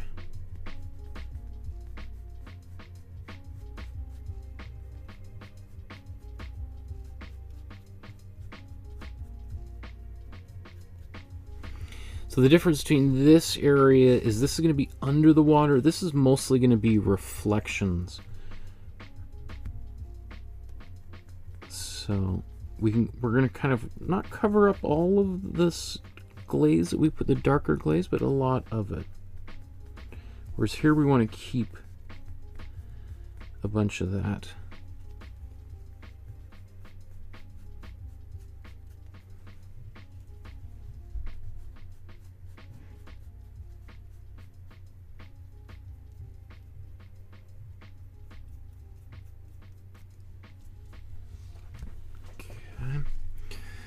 Let's go to our warm blue. I'm just doing the opposite side of the waves, kind of, so these ones are going up, these ones are meeting it this way.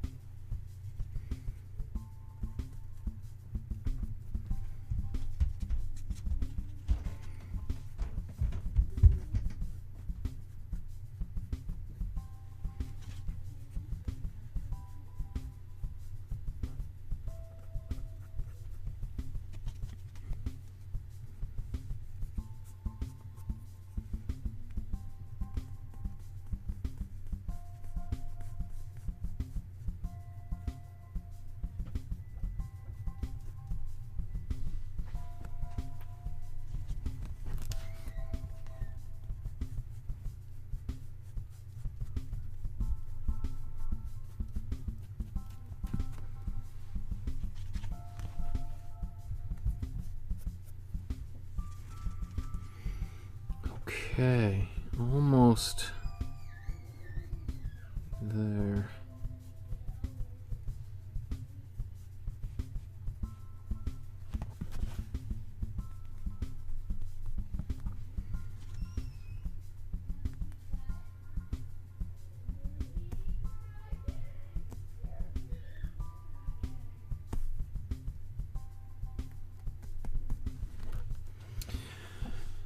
Okay, now I'm going to take some darker ultramarine, my warm blue, and I'm going to start painting with that.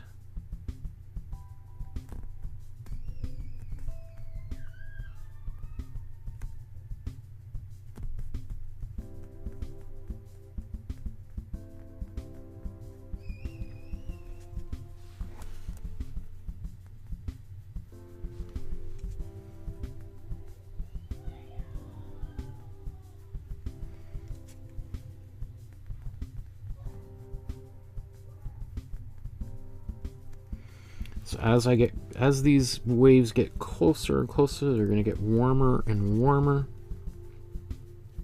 and bigger brush strokes, and more saturated color.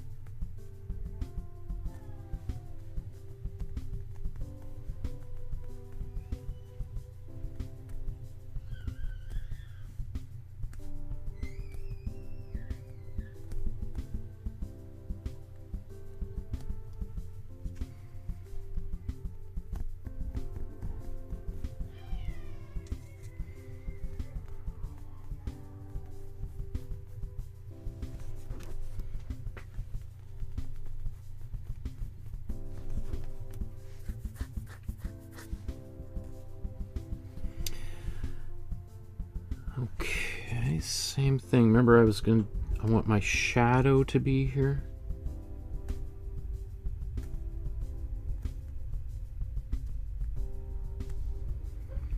So we can build that up with a little bit more green.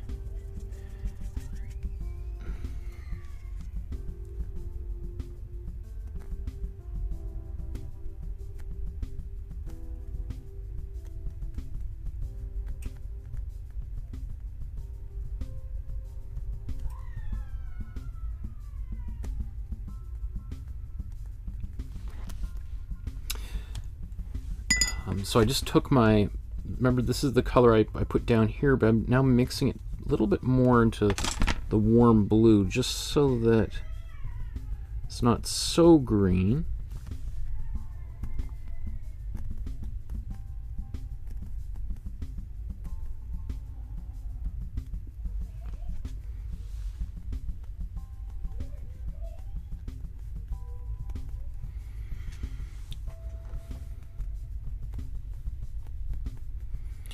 Putting a bit of this. Remember where the dark areas should be right at the peaks, or not, almost at the peak. Because right at the peak, it's going to be kind of a little bit transparent, but.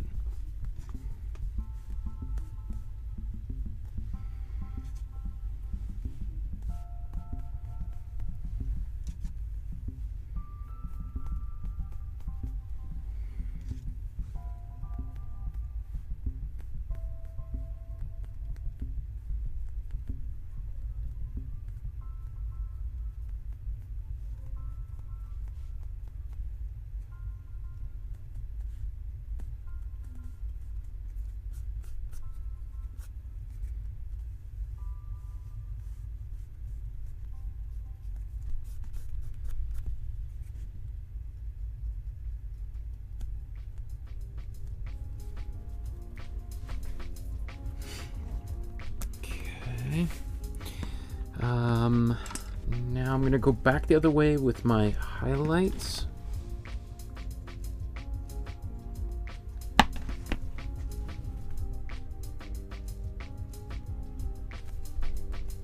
In fact, I'm going to go to a much smaller brush now.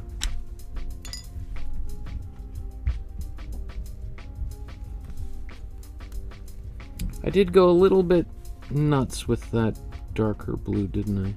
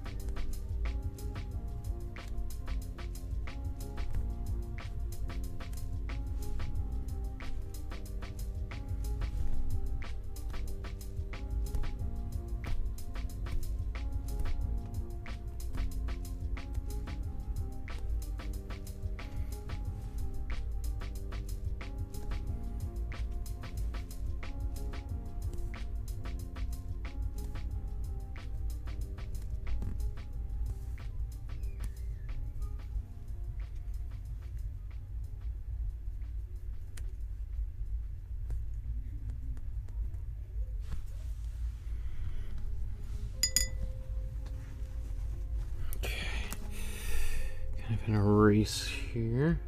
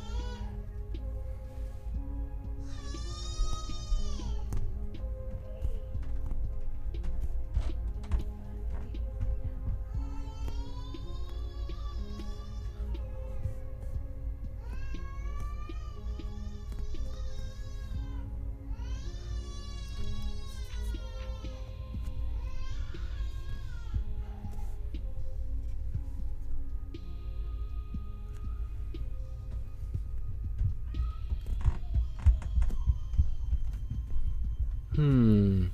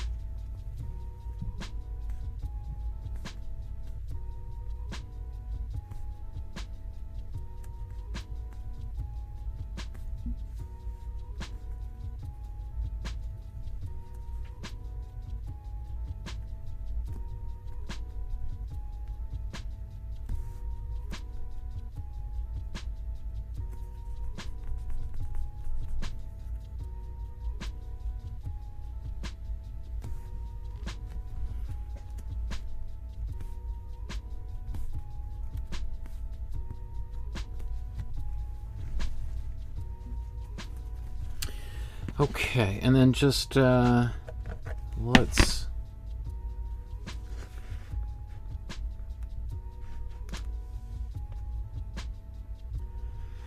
so we're pretty close to the end. I'm not the water, you know, I'm not the happiest with, but I think it's gonna be okay.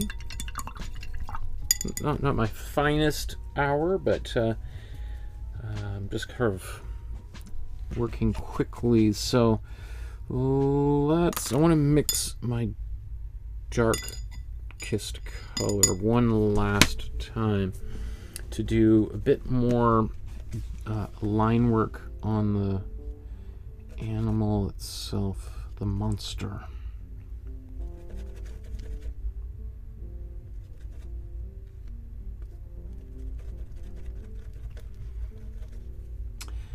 So to do this, I'm just mixing my cool yellow, cool blue, and warm red.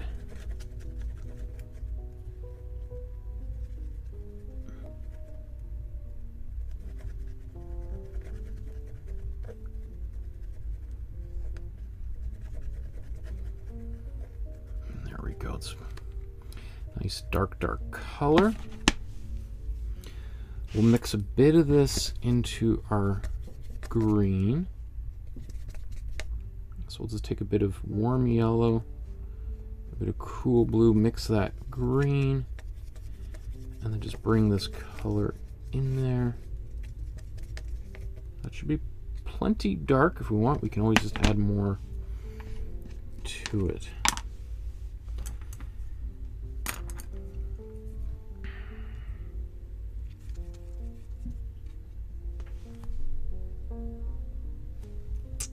Need to get a bit darker.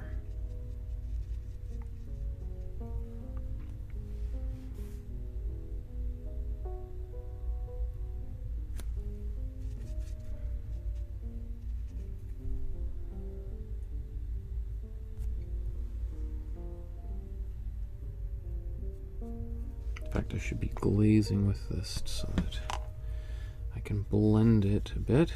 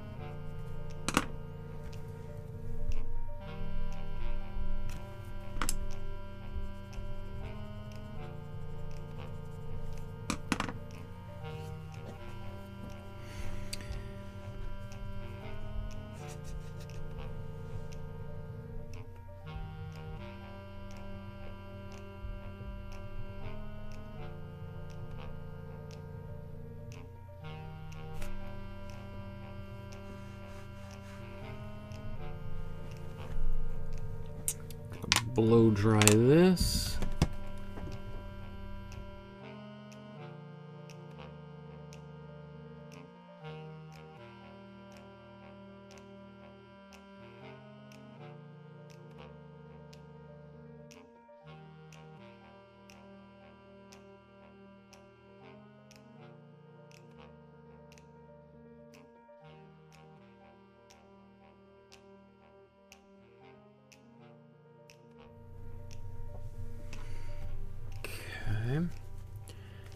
now I think I'm going to add just a little bit of line work on the face.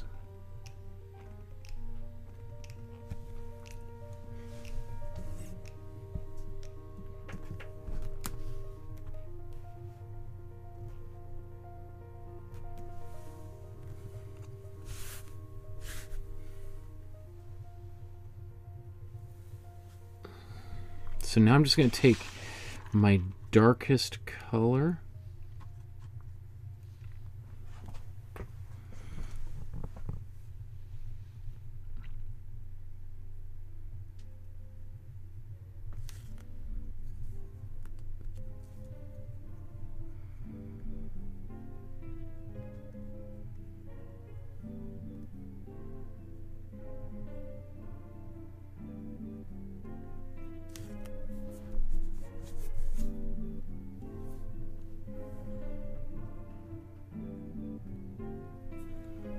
I'm going to lighten that up a bit so that I can see a bit more. Give it a bit of a highlight.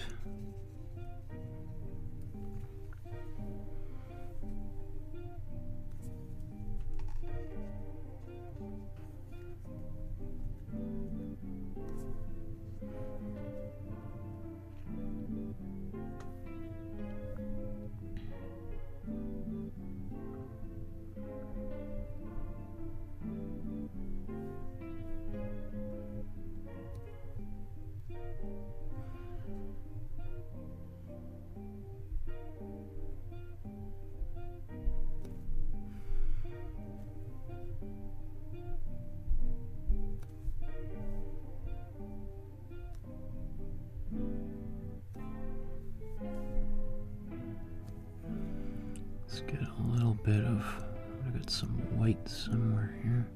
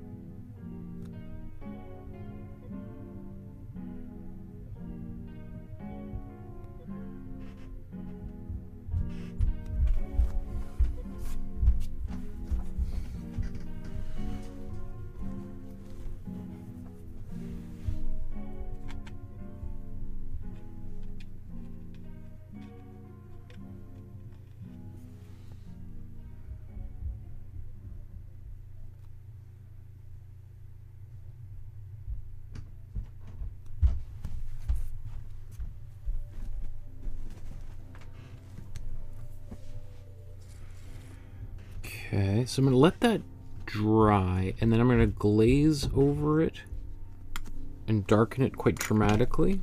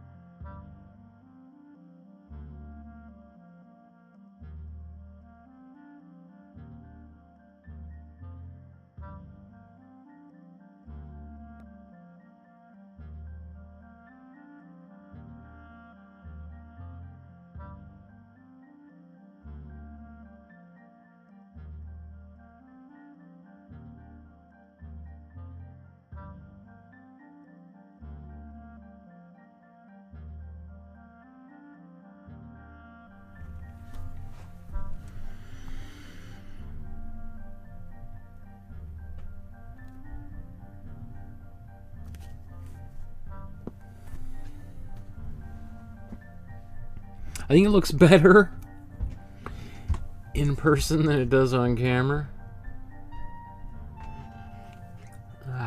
That water, I'm not happy with that water at all. But I might just be out of time here. Sounds like our daughter's giving my wife a terrible time, so... I'm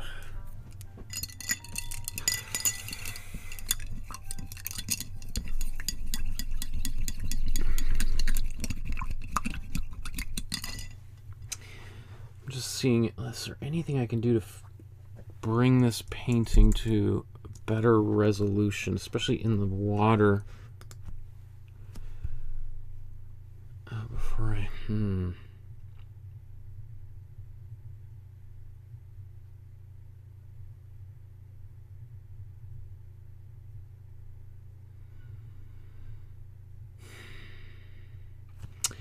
Yeah, this I'm happy with. That I'm not happy with at all. I don't know if I can solve this in the next couple of minutes. One of the things that you can see is the waves were sort of coming across and then they changed angles too. That's disappointing.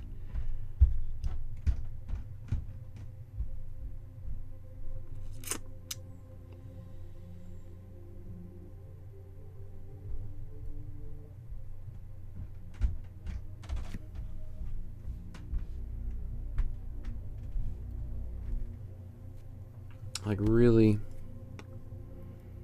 I think they should be.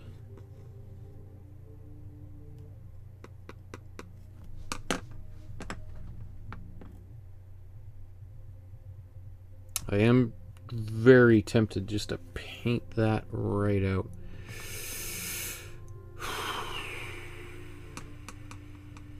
But I'm gonna have to call it a day.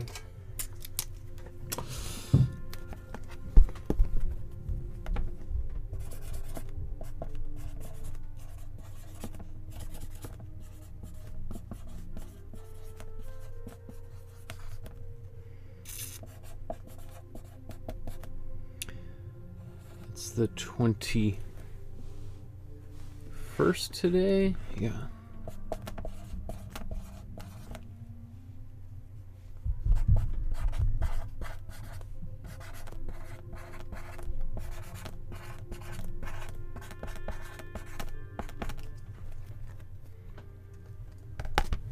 I mean, maybe it'll grow on me. Once it's always, you know, when I'm looking at the original painting itself, I find that really can be quite distracting and disappointing. And then after a while, sometimes you're like, oh, actually, you know what? Why was I so bummed out about that painting?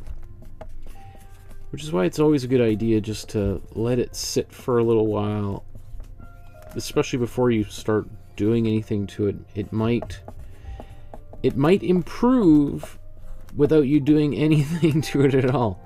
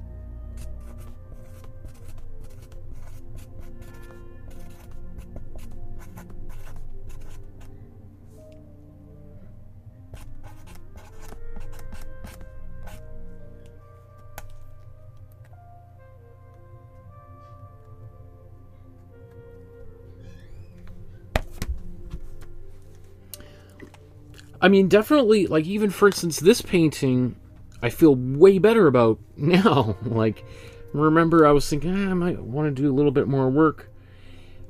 Now that it's done, I'm like, oh, actually, I feel pretty much better about that. Okay, so let's,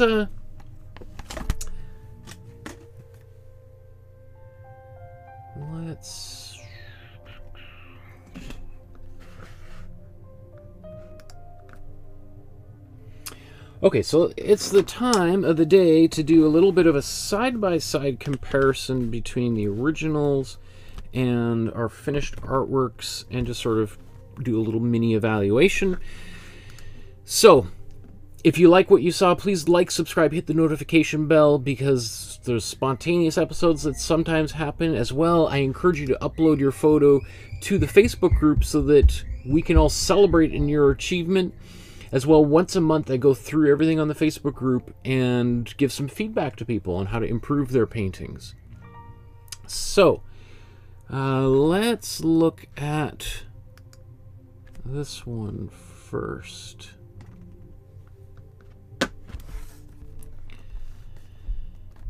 And definitely, you know, I did this one in about, what, 55 minutes or so that we did this one right at the top of the episode.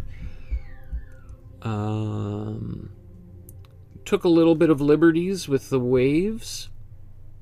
You know, doing waves is really tricky, and probably was a bad idea for me to try to do the waves quickly on both paintings.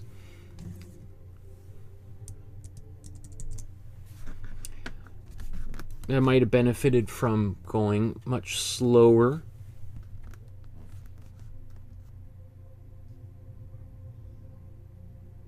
Or maybe just even focusing on this one for the majority of the painting, but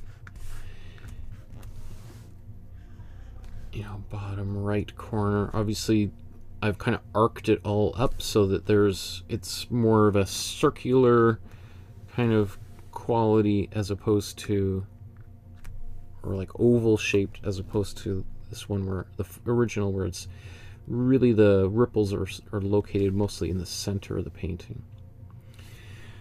Okay, let's check out the other painting here.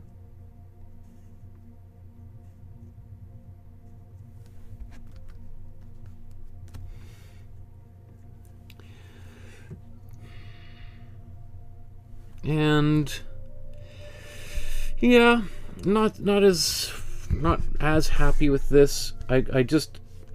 The angle of these waves is, I think, not the way I would like. You know, the top half of the painting, I think, I'm really happy with. That bottom part, I think, is disastrous. That's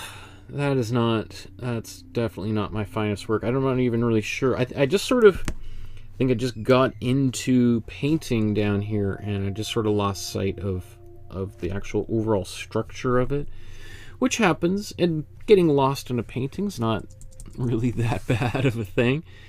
Let's start with the dinosaur itself, the Loch Ness monster.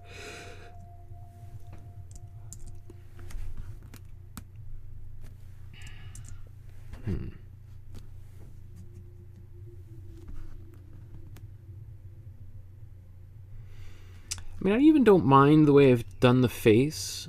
Let's see, is that in focus?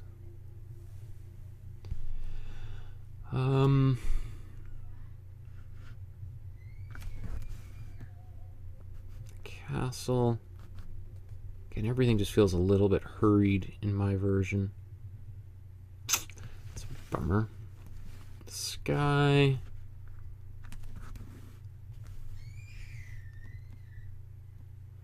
Got pretty close to doing the clouds the way I like, so that's not bad.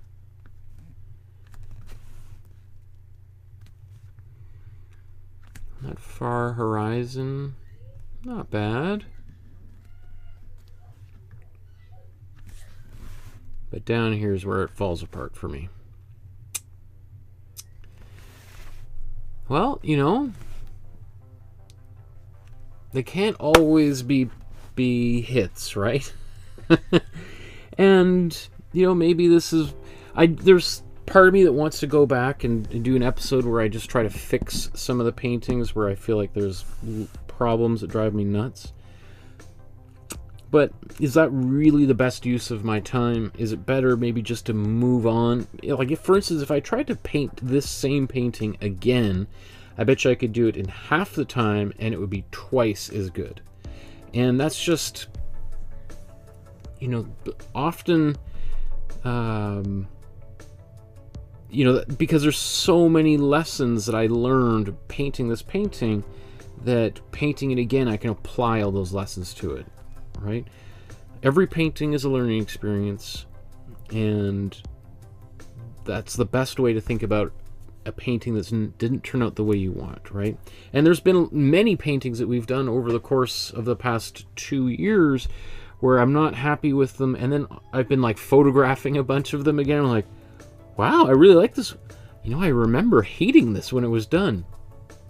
So you never know. I might have a very different, you know, in a couple days. I don't think so, but a couple of days might feel differently about that. Okay, everyone, thanks for painting along with me, and I hope you enjoy the rest of your evening. Have a great weekend. I'm so excited because I got a new computer. Everything is going to be sort of moved around. You probably won't notice any difference, but yeah. So we'll talk to you guys soon. Have a great next couple of days, and we will see you guys on Tuesday. Have a great night, everybody. I'm a bit brain dead. We'll talk to you soon.